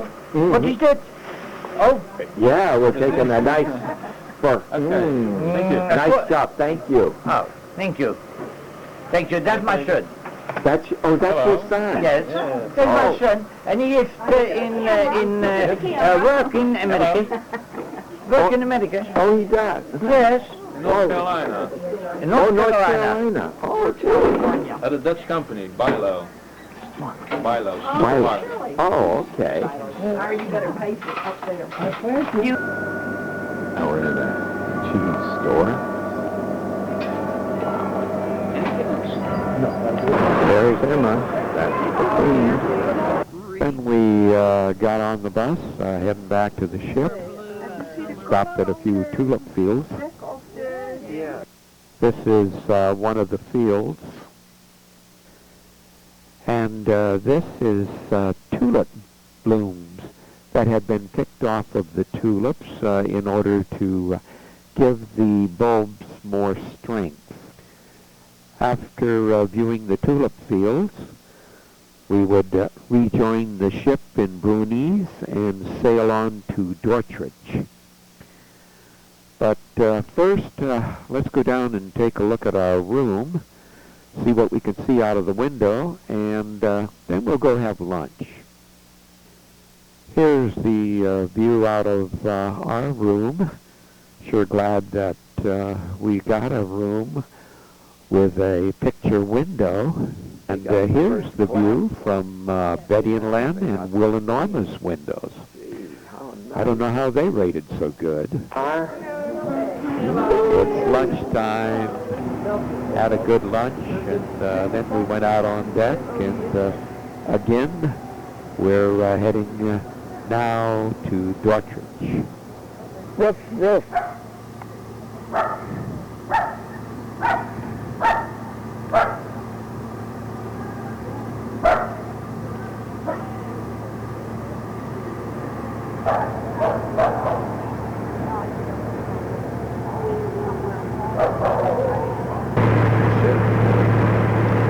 There you can see his car, and there's a hoist. How they get them on, you can see there are straps that are attached to the wheels, and then there's a hoist that they use to get the cutter.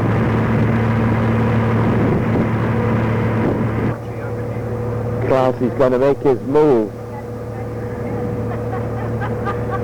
That's quite a game of chess, isn't it?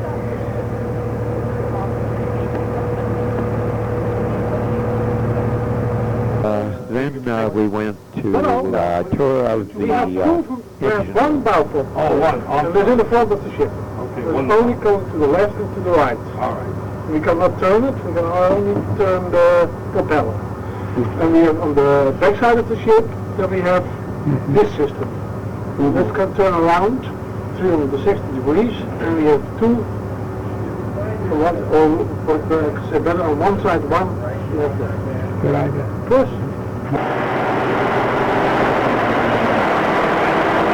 Well, we're getting crazy then.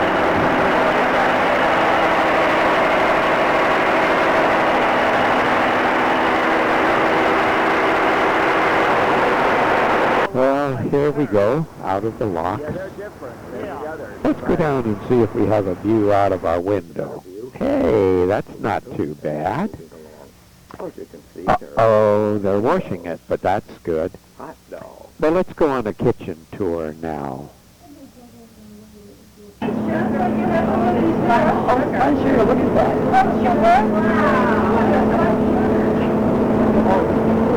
I'm going to do that one. Oh, yeah. I think you know all of you, you know the chef, Mr. José, he's the executive chef? No. But we're I'll glad tell you, to know him. he is good. Smile again. Yes. Wonderful. Smile. Oh, cute. Oh, smiling. 140 times. 140 times every day, 2 times a day. Is this parchment paper? No, this is baking paper. Look like a... Oh, now you're... It's all by hand, so he's really an artist. Wow, he is. Does he ever eat his own cookies? Sometimes he does. He also likes hamburgers. That's why I want to get away from it. But he has to taste it, of course.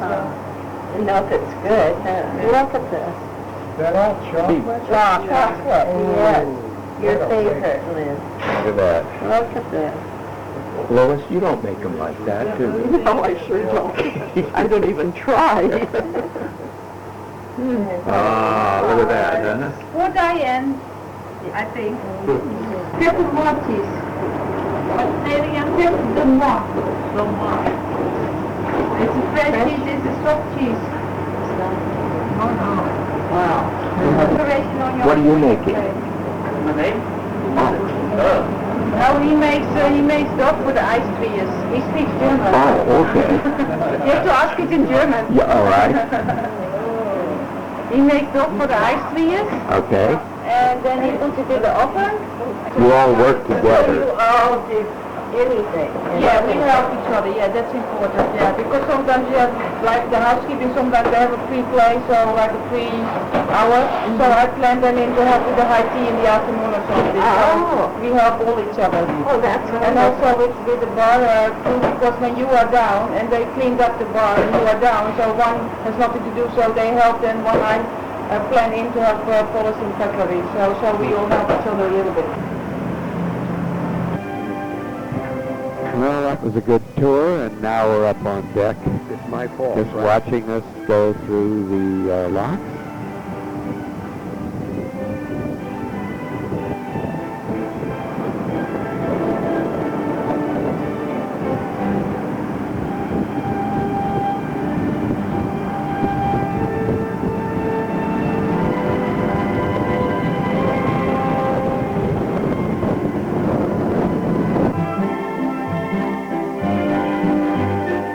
Here we're coming into Dordrecht.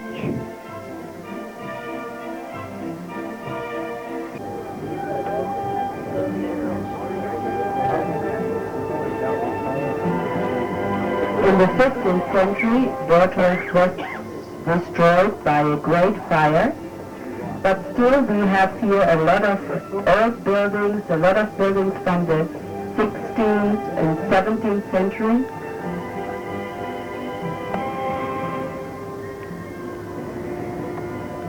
If you want to go into Dordrecht, when you leave the ship, we will have an information paper with a map of Dordrecht there for you. So please, before you leave the ship, come and pick up the map of Dordrecht.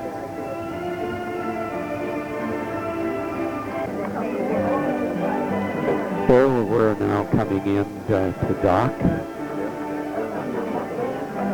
Right there in the center of the village. Friendly people.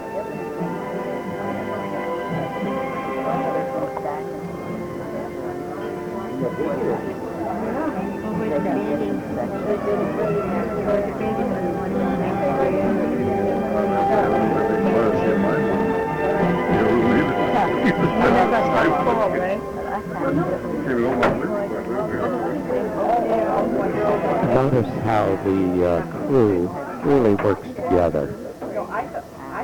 They all know what they're to do, and they just go about their work.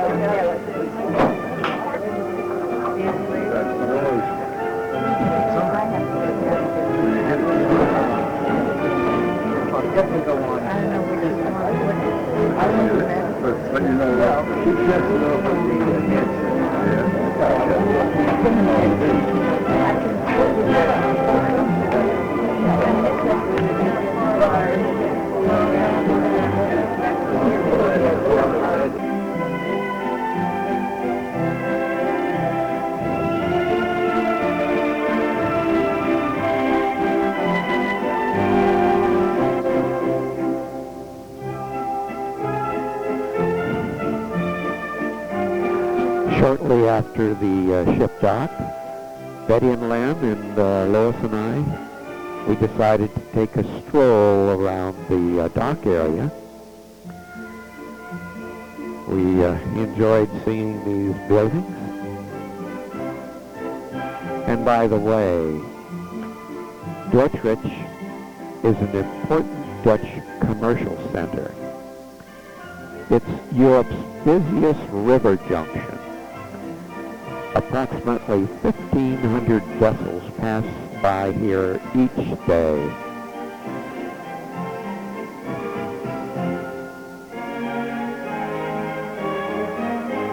That's our ship, Blue Danube 2, and this is our room.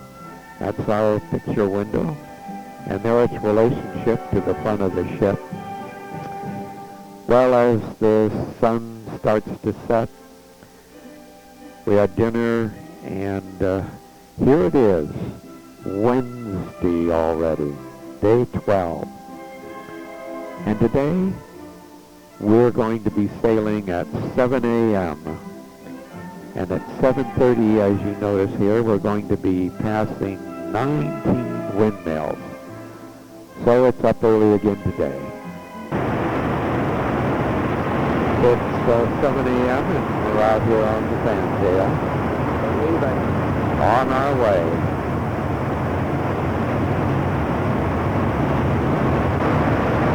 Looks like it'll be a nice day.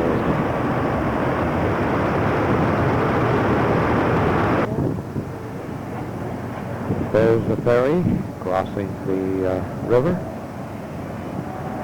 We're coming into the area where all these windmills are.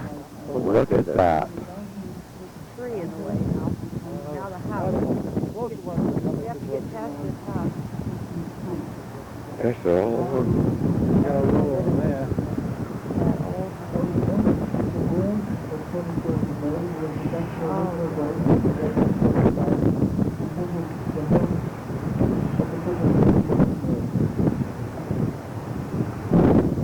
Wow, 19 windmills.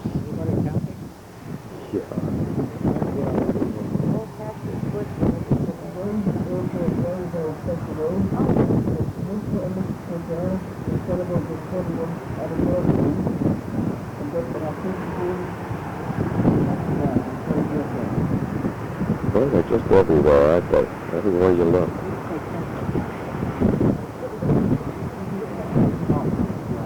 Let's see. 1, 2, 3, 4, 5, 6, 7. Got a bicycle going along. These are video stills of the windmills. Well, it's time to get down to breakfast. For at 8:45, we're going to be departing for Gouda. Our riverboat had tied up to a dock, and by gosh, we were tied up to another ship. So we'll walk across it and then get on our bus. It is. Name of this ship? It's Flora. Okay, that's a beauty. Have a good day. Thank you.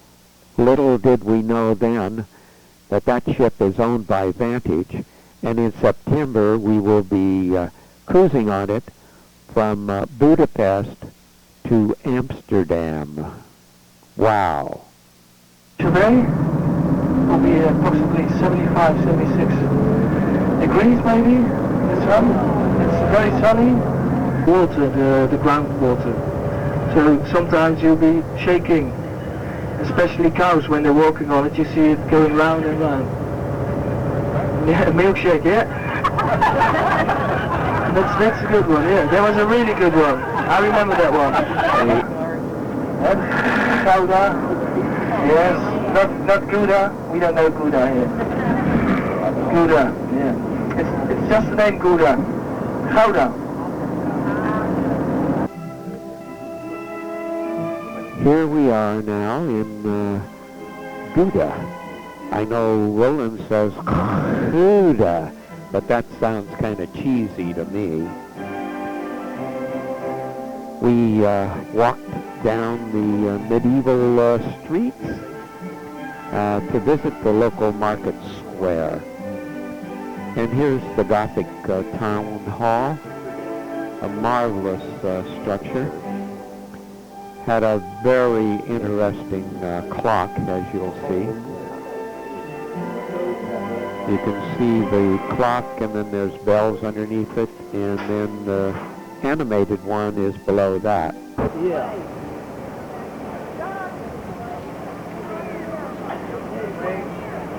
Okay, right here, please. Okay.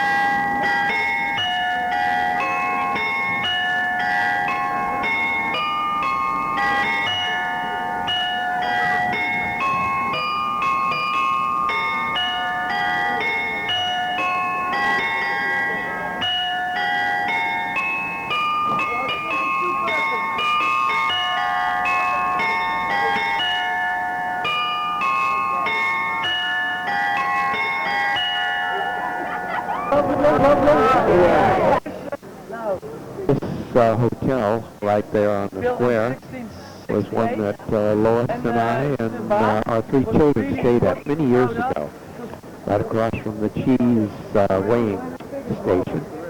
And we got up in the morning and were really shocked because right across in the square there was a flea market going on, similar to the one that's there today.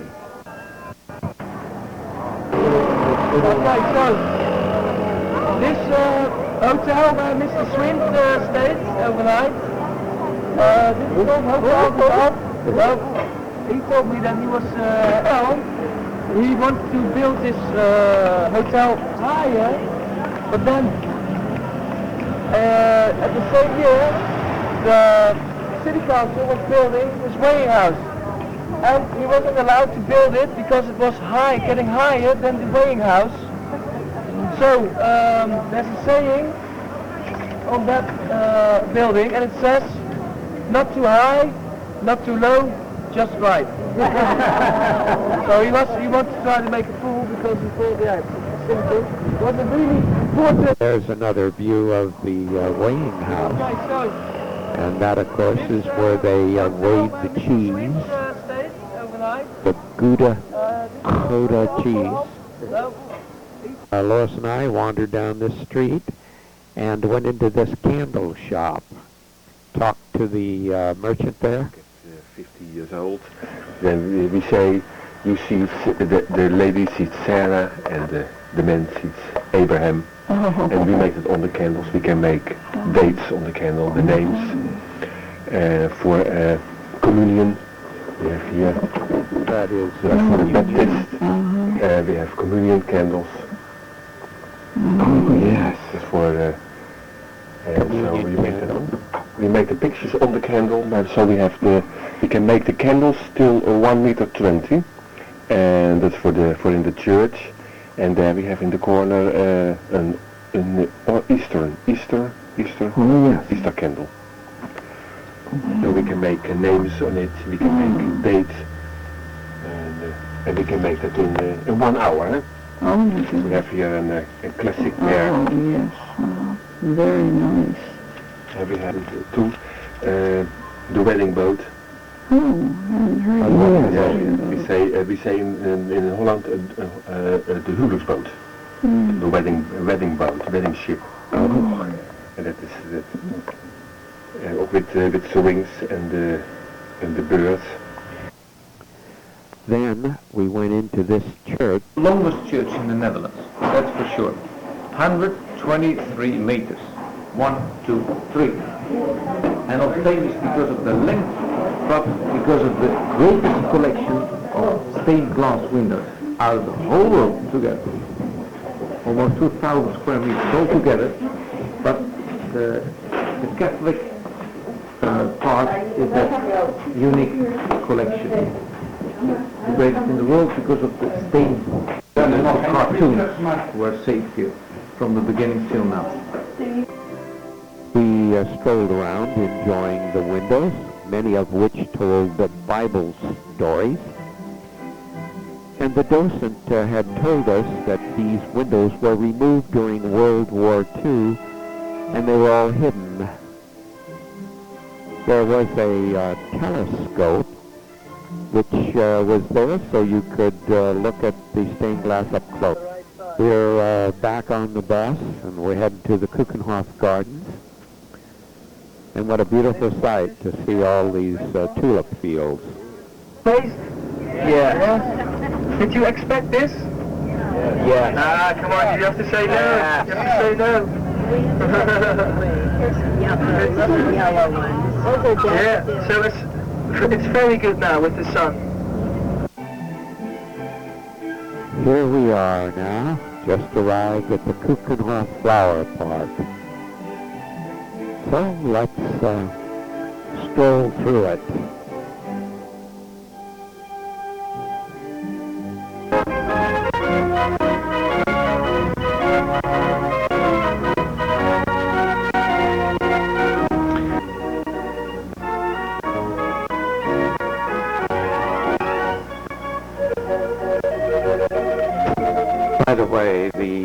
music in the background is authentic Holland folk songs, and it's played on a Dutch barrel organ. And during our walk around the park, we came across a calliope that sounded just like this Dutch barrel organ. And look where we're at. What a beautiful place. And a wonderful day. Unbelievable. I've never seen it.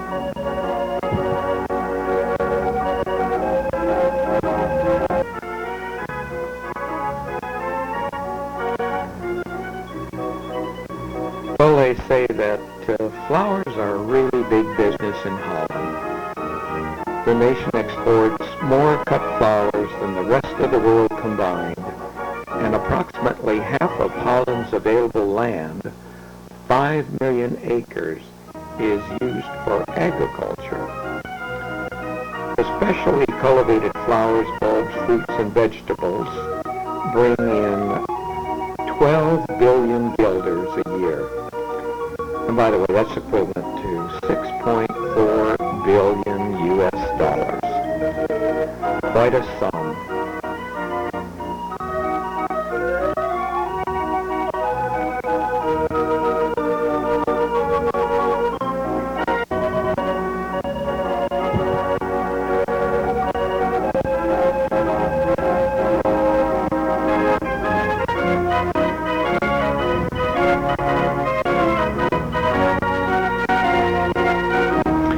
Look at all the different colors.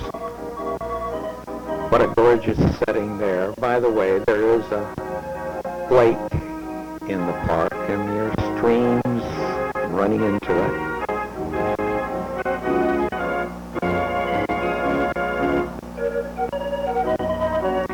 There's Brother Lynn and Betty, and there's Will and Norma.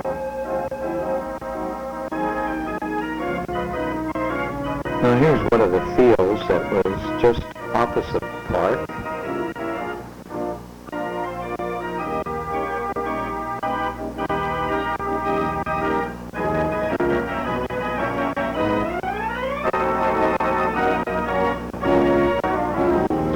You'll notice that the trees are in bloom also.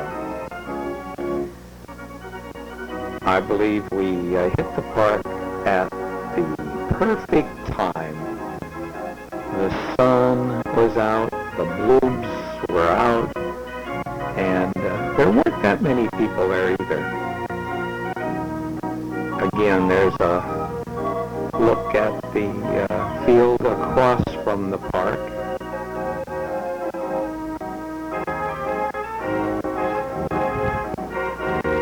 Sure makes you want to go plant a lot of these, doesn't it?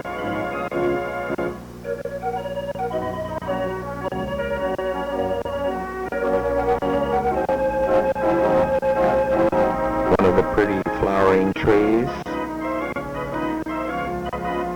Now we're going inside of a covered area that had other kinds of pretty flowers. And there it is, all kinds of begonias.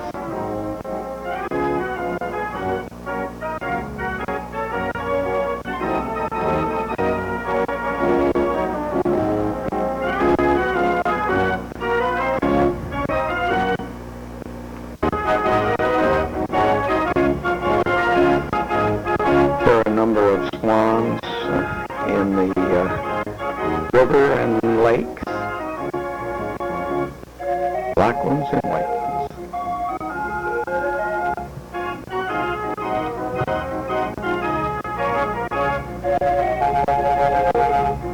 Now we're looking across at the point where you enter the park. And by the way, we noticed there was a crowd gathering. And it was for good reason, so we'll let you see what it's all about.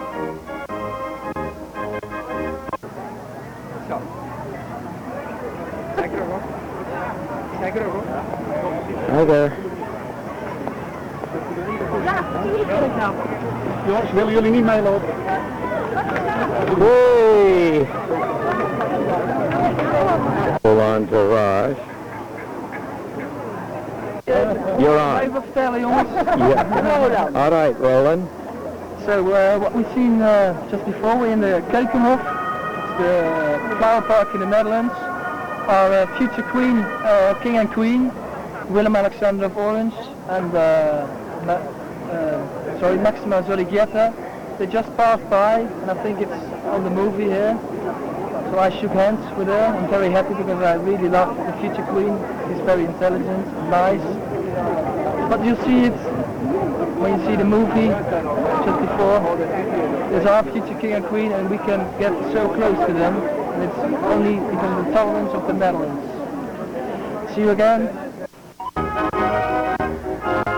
Well, as you can tell, Roland was really pleased to see his favorite future queen. And his remark about being able to get so close to him, I think, is a very good one.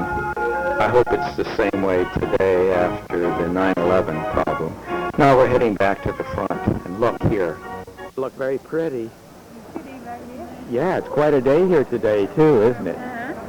Yeah, you had some special people here. Then we headed to Amsterdam to reboard our ship, and we would be departing for Holland. Here we go. We went through several locks and passed under a number of bridges, seen a lot of sailboats. Yeah, we're just going under like nothing.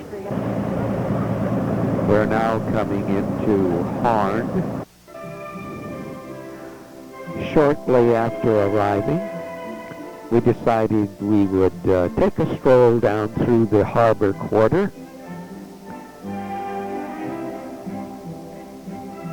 Now this is the Tower of Hoftoren. It was built in 1532 and was once a part of the town's harbor defenses.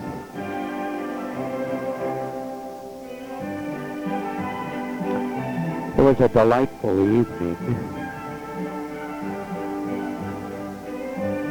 at a very quaint village.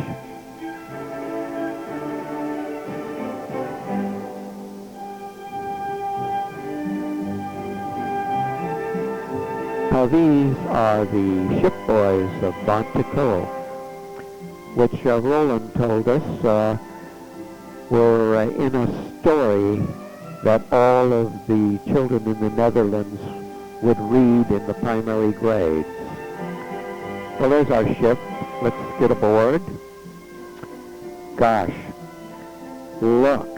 Hey, that's not out our window. You know what that is? You're right.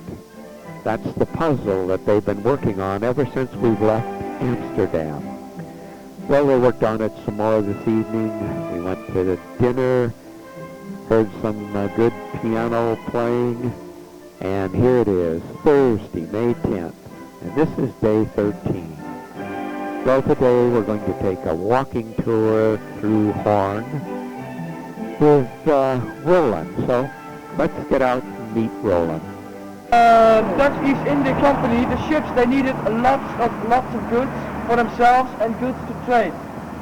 So they needed a lot of beer. It came from here. It's nowadays the 20th century museum. And so the boats came here, and every city had its depot around here, its storehouse. So from North Holland, you can see the province of North Holland, there were beer coming from to put on the ships. Gouda, Alkmaar. And they had the depots here for the cheese to put on the ships and eat from the cheese. There's also one from London and the Hanseatic cities around the East Sea. Cities that have a Staten College, where the governors were. This was one of the governor's houses. And now I heard the questions about who are those people. We're now in the middle of the main square, and this is a statue of Adventurer Cohen. He was the founder of the Dutch East India's colonial empire. And the group is now heading towards the Horns Lutheran Church, whose great organ was restored with generous help from the Grand Circle Foundation. So let's go in. Ladies and gentlemen, good morning. Very welcome to your hall. My name is Albert de Graaf, and I am a member of our Lutheran parish here and secretary of the Foundation for Restoration and Upkeep for our church. Well, I suppose you have had a little surprise at learning your good reading at Holland. We are going to visit a small Lutheran church. It's starting up, and you take your time, and then you can go around and you have a look at all our objects, especially here, our precious silver for communion, here and around the altar. I hope so. Here, the show, it has a very fine carving, all the legs right into each other, and it gives us the name of Luther. If you have some patience, you can find out, and sitting here around, and you can see all these letters. At the end of the gentleman's talk, the organ played, and let me tell you what a lump in our throat.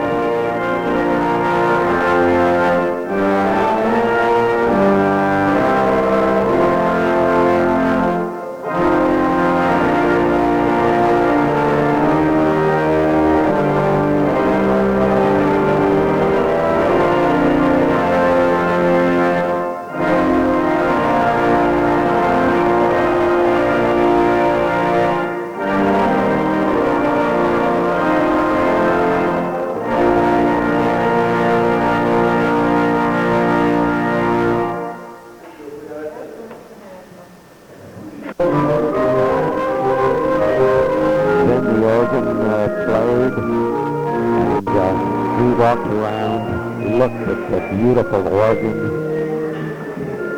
and a number of artifacts that were there.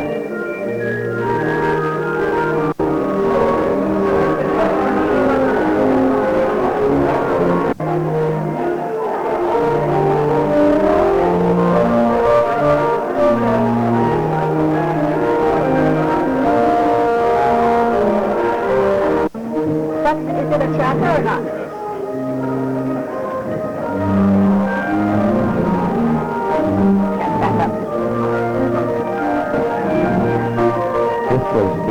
Up these stairs, and there's the organist. Oh, those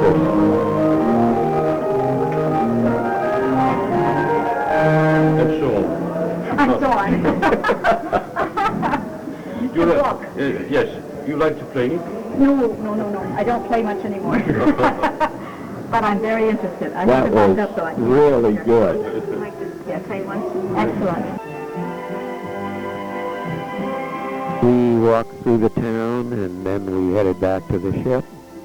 And just before we got there, we noticed this boat. It had a number of youth, teenagers on it, and they were learning how to sail. Well, let's go aboard. This is a keyboard right as you get on the ship. And what you do is, when you depart the ship, you put your key on this board. When you return, you pick it up. And when all the keys are gone off that board, they know that it's time to sail. And this is 235. That's our room. Let's take a look at our room. There's the picture window. And here's our bed.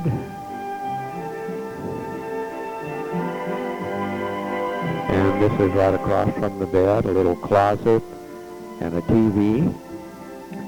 This, of course, is the bathroom.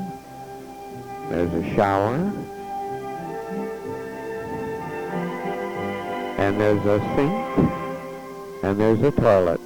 We will see We're now up in the lounge area. We're listening to a lecture on modern Holland, and we're setting sail to Elkhuizen. And you can see that the lock is open. We don't have a lot of movie stars, and we love it. It's not anymore something only on the boat's coming out. We have a lot of problem with water in the whole world. Yeah, the ships are coming out. They are sailing with students. Probably your guides already explained this to you. They sail for a week or a short week, and look at them. They're happy. They will have parties tonight. Yeah, they make a lot of noise. You heard them? No, this is most of the time a school that at the end of the year they book it, so people can say goodbye to each other, or at the beginning of the season, of the school season, they also make, welcome trips. Later in the season we have a lot of business groups on those ships. There are around 500 nowadays on the IJsselmeer. We had lunch, and after lunch we arrived in historic Elkhuizen, and we enjoyed a walking tour of this magnificently preserved town with buildings dating back to the 15th century, and that tree and blossoms were just beautiful. They were in Latin. Normal people like you and me, they couldn't understand Latin, they couldn't read the Latin. So that's why they painted the roof at the inside, the ceiling. They painted it with stories of the Old and the New Testament. They also painted all the walls with stories, so people could look up and read the Catholic faith as a comic book, because that was the meaning of it. Now, 50 years later, the Reformation came in this area. They took a kind of white paint and they painted the whole interior white. It's a shame for all the expanding. We then walked over to this tower. Over there, and they wanted the harbor to be defended, and in 1540 they built this tower. It looked totally different, and it had a beautiful carillon in it. Yeah, but the man said, all right, we're back in business. We can go back to our... As we looked across the grassy area, we've seen this man walking a bicycle, and he had wooden shoes on. Then we walked further around that area, and the tour ended there. However, there was a ship model museum that had ships in the bottles, and I was just fascinated with that, so I went in. The others went back to the ship, but I enjoyed myself there and listened to the proprietors. Ones who let me in. And you have a beautiful collection here. And you have them for how many years? Where do they start? I mean, how old? 8 years nearly. In 1992 they start. 6 years ongeveer. 6 years, 94. 94. Oh, 1994. 1994. Oh, gee. And you have how many ship models? No, 500 or 600. 600. Wow. Yes. Let's, sure. The lady said that all of these ships were still sailing. In fact, some of them were there in the harbor.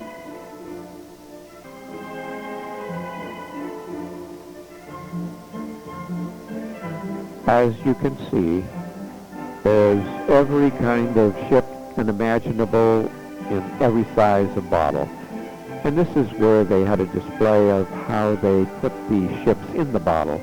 It wasn't manned then, but they did have a video tape that showed us.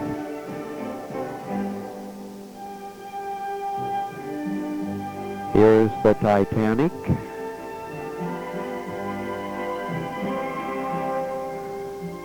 And this is probably what we most remember, unfortunately. Then it was a walk back to the ship, and there would be a lot of things going on tonight. First off, we're going to have a farewell cocktail party, and then the farewell dinner and the cruise show. So let's go to the farewell cocktail party. The red light is burning, then it's going, yeah. Right, yeah. Well, why don't you shake hands? Standing on your side. Yeah, yeah. I'll shake hands, but then the champagne is falling down. That's right. Well, that's sure. Thank you. Thank you. Good evening. Nice to meet you. Good to see you. Good evening. Hey. Yes. Thank you.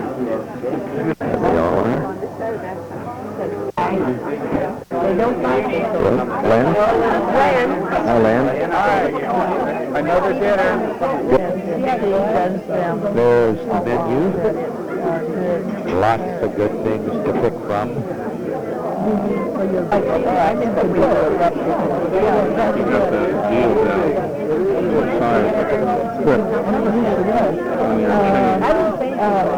To say thank you on behalf of our direction, Grand Circle Cruise Line, and the crew of the Blue Danube 2 for your staying on our ship. I wish you, of course, for tomorrow another nice day on board the Blue Danube 2, for tonight a nice evening, and for now an enjoyable meal. Thank you. Thank you. I like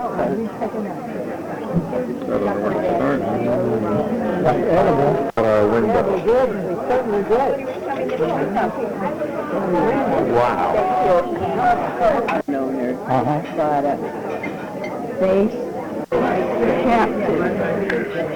Did you see Astrid people?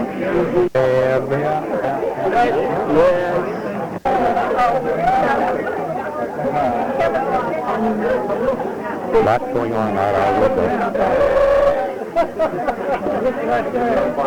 It's almost black, and the white grapes in it makes it black and white. Almond potato, a mushroom stuffed with feta cheese, corn, sauce pie, and some green beans. Enjoy it. Thank you. Please don't forget the French fries. Oh yeah, we won't. Boy, look at that sizzle. That is hot. Well, we got that I now. haven't gotten any chocolate. We're in a good spot. It's going to be up to you, though, Lynn. Here comes the baked Alaska.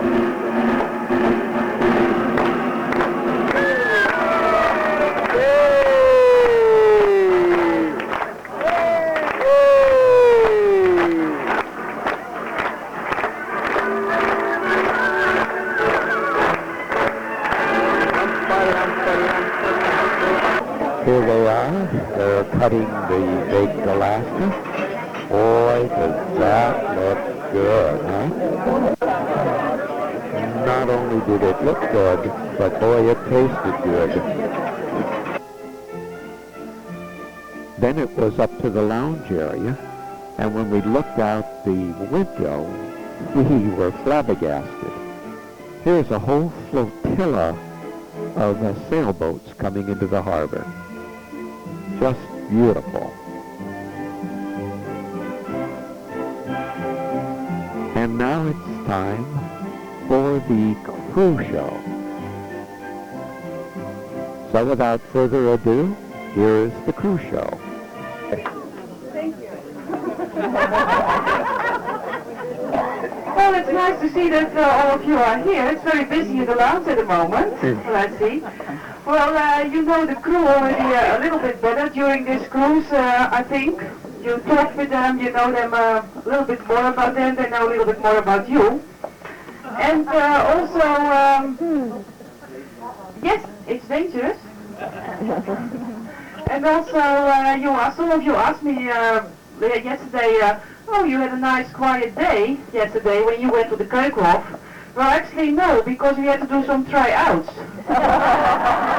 So we had a nice empty ship here, so we could use the lounge for that. And now we're going to start with the first act. You see now another side from the crew members. And first of all, we start with Beach Girl. And it's done by, no, not Beach Girl, I'm sorry. I'm confused. Amila. Yeah, it's good that you are still awake. It's a meal out, and it's done by Peter from the restaurant, one of the twin brothers. You know him, I think. I know, I hear it. And Kai and Maître D. A meal out.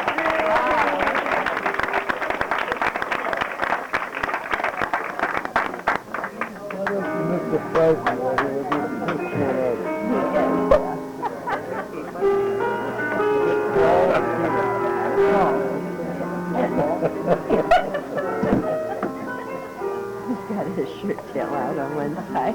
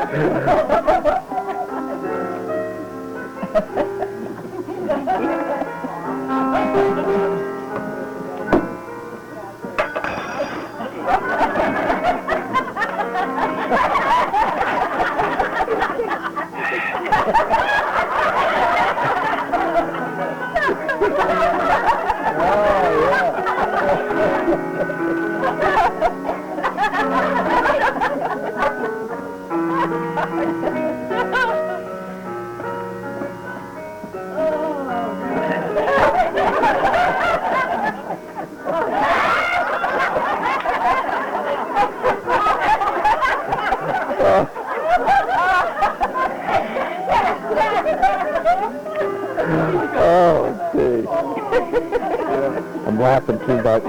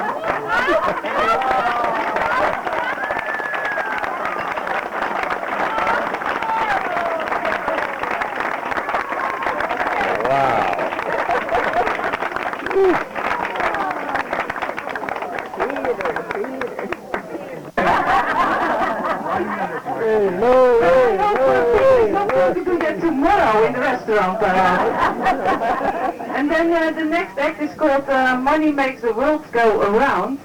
First of all, some of you have been in Belgium. You use the Belgian francs. Then you came to Holland. You use the Dutch guilders. And when you travel around in Europe, we have the German marks, the Austrian shillings, the Slovak crowns, the Hungarian forint. But in 2002 we got the euro. So, and now I'm going to show you a euro.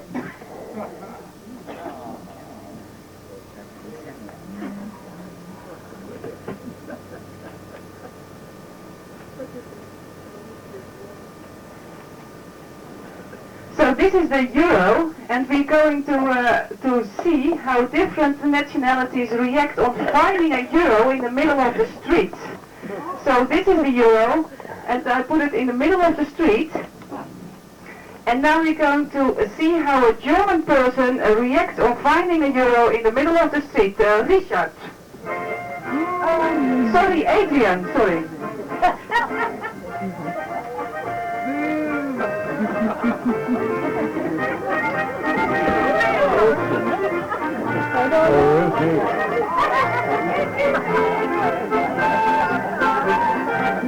Very fun.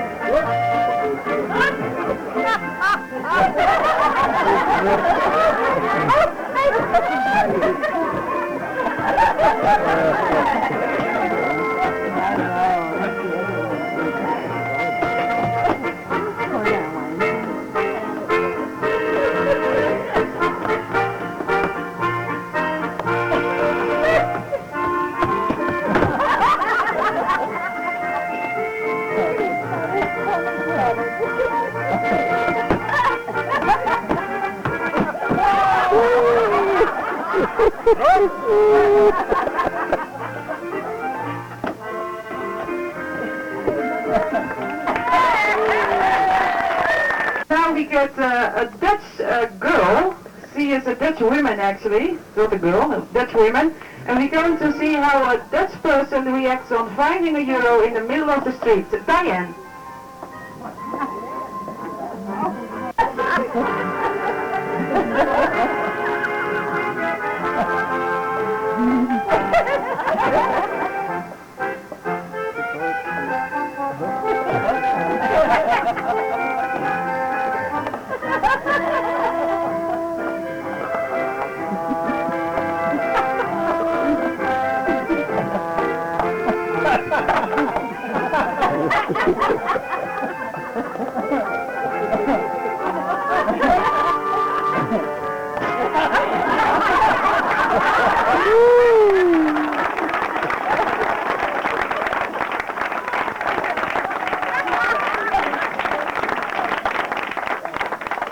Well, I think you all know the expression going Dutch.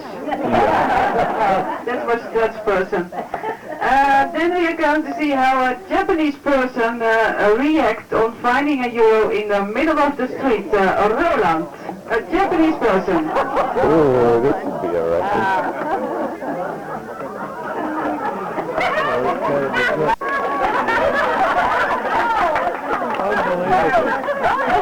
This is...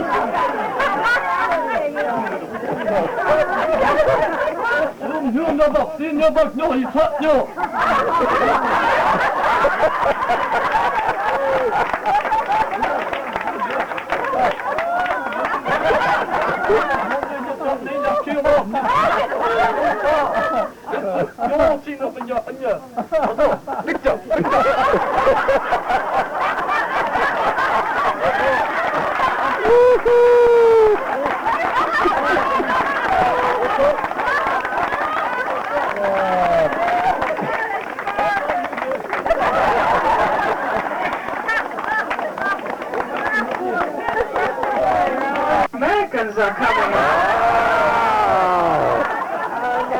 So now we're going to see how an American person reacts on finding this euro in the middle of the street. Janko.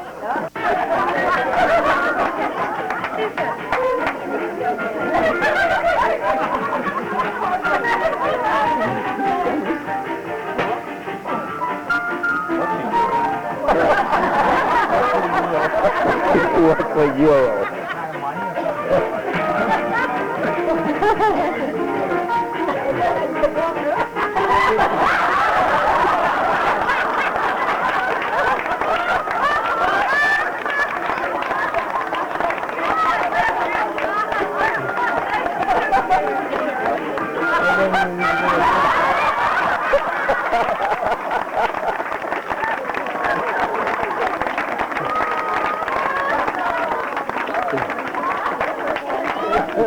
Oh, gee.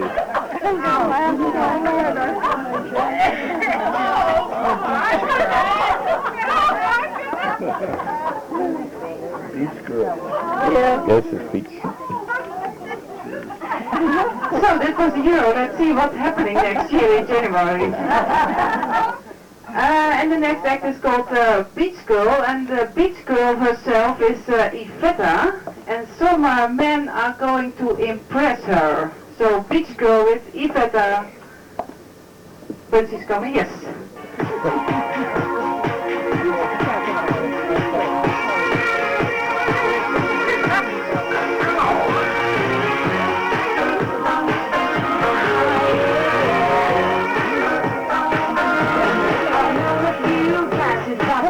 Pretty smart, but you got me right down to my eyes. And there's a very macho man coming to impress her. Quickly from the kitchen, one of the cooks. Know it all.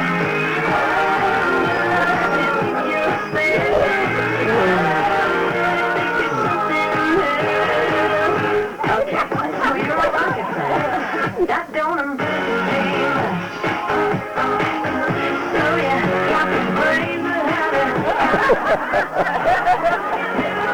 Yeah, I think you're alright, but that don't make me want it.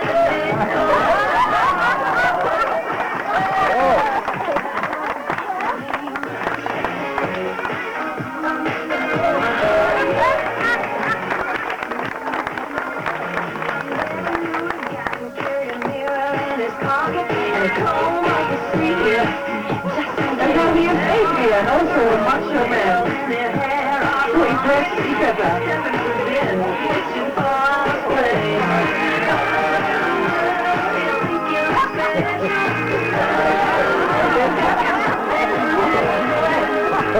Okay, so you're Brad Pitt. That don't impress me much. So you got the looks that have it, got the touch. Now don't get me wrong, yeah, I think you're alright, but that don't make me want it. That don't impress me much. Now Richard is coming up to impress the beach girl.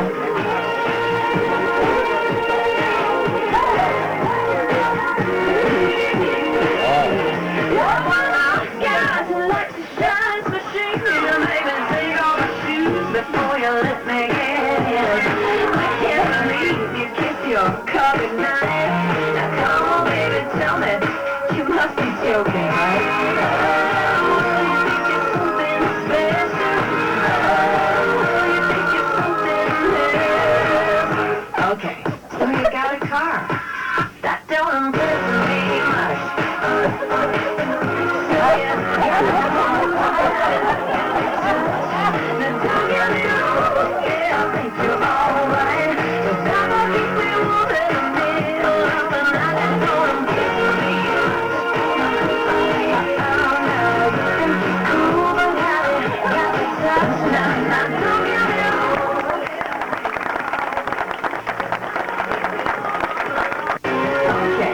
So what do you think, you're Elvis or something? That don't impress me much.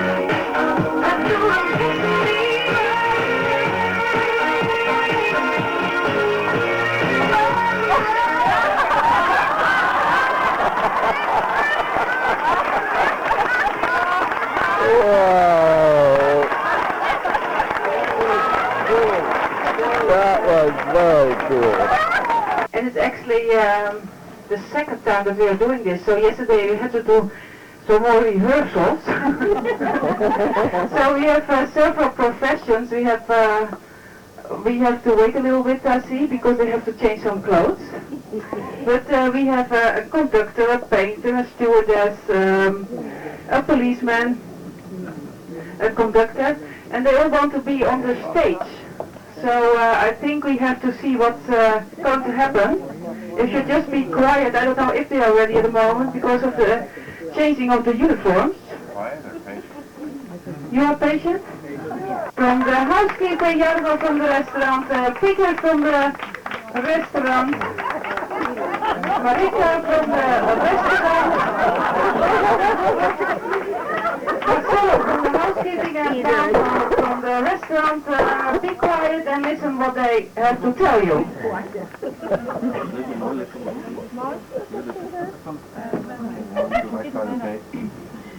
If I was not up on this stage, I guess I'd rather be.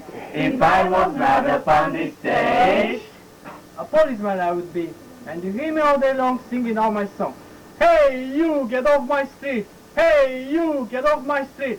If I was not up on this stage, I guess I'd rather be. If I was not up on this stage, a gym instructor I would be, and you hear me all day long singing all my songs. Up, down, down, up. Up, down, down. Hey, you, get off my street! Hey, you, get off my street! if I was not up on this stage, I guess I'd rather be. If I was not up on this stage, A painter I would be, and you would hear me all day long sing out my song. Take the brush, dip it in and splash it on the wall. Take the brush, dip it in and splash it on the wall. Take the brush, dip it in and splash it on the wall. Take the brush, dip it in and splash it on the wall. Hey, you, get off my street! Hey, you, get off my street! if I was not up on this stage, I guess I'd rather be. If I was not up on this stage, a carpenter I would be, and you'd hear me all day long singing out my song. 2 feet by 4 feet and bang it on the wall. 2 feet by 4 feet and bang it on the wall. 2 feet by 4 feet and bang it on the wall. 2 feet by 4 feet and bang it on the wall. 2 feet by 4 feet and bang it on the wall.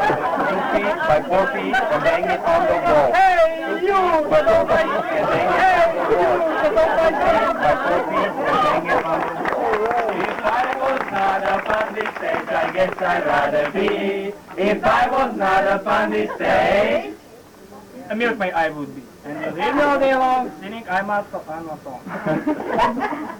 Come on, but sing it, son, look up there. 2 feet by 4 feet and bang it on the wall. 2 feet by 4 feet and bang it on the wall. 2 feet by 4 feet and bang it on the wall. 2 feet by 4 feet and bang it on the wall. 2 feet by 4 feet and bang it on the wall. 2 feet by 4 feet and bang it on the wall. Hey, you, get off my street! Hey, you, get off my street! And bang it on the wall. If I was not up on this stage, I guess I'd rather be. If I was not up on this stage, Stewardess I would be, and you hear me all day long singing out my song. Here's your coffee, here's your tea, here's your bag. Here's your coffee, here's your tea, here's your bag. Come on, Betty, get some of those baby Come on, Betty, get some of those baby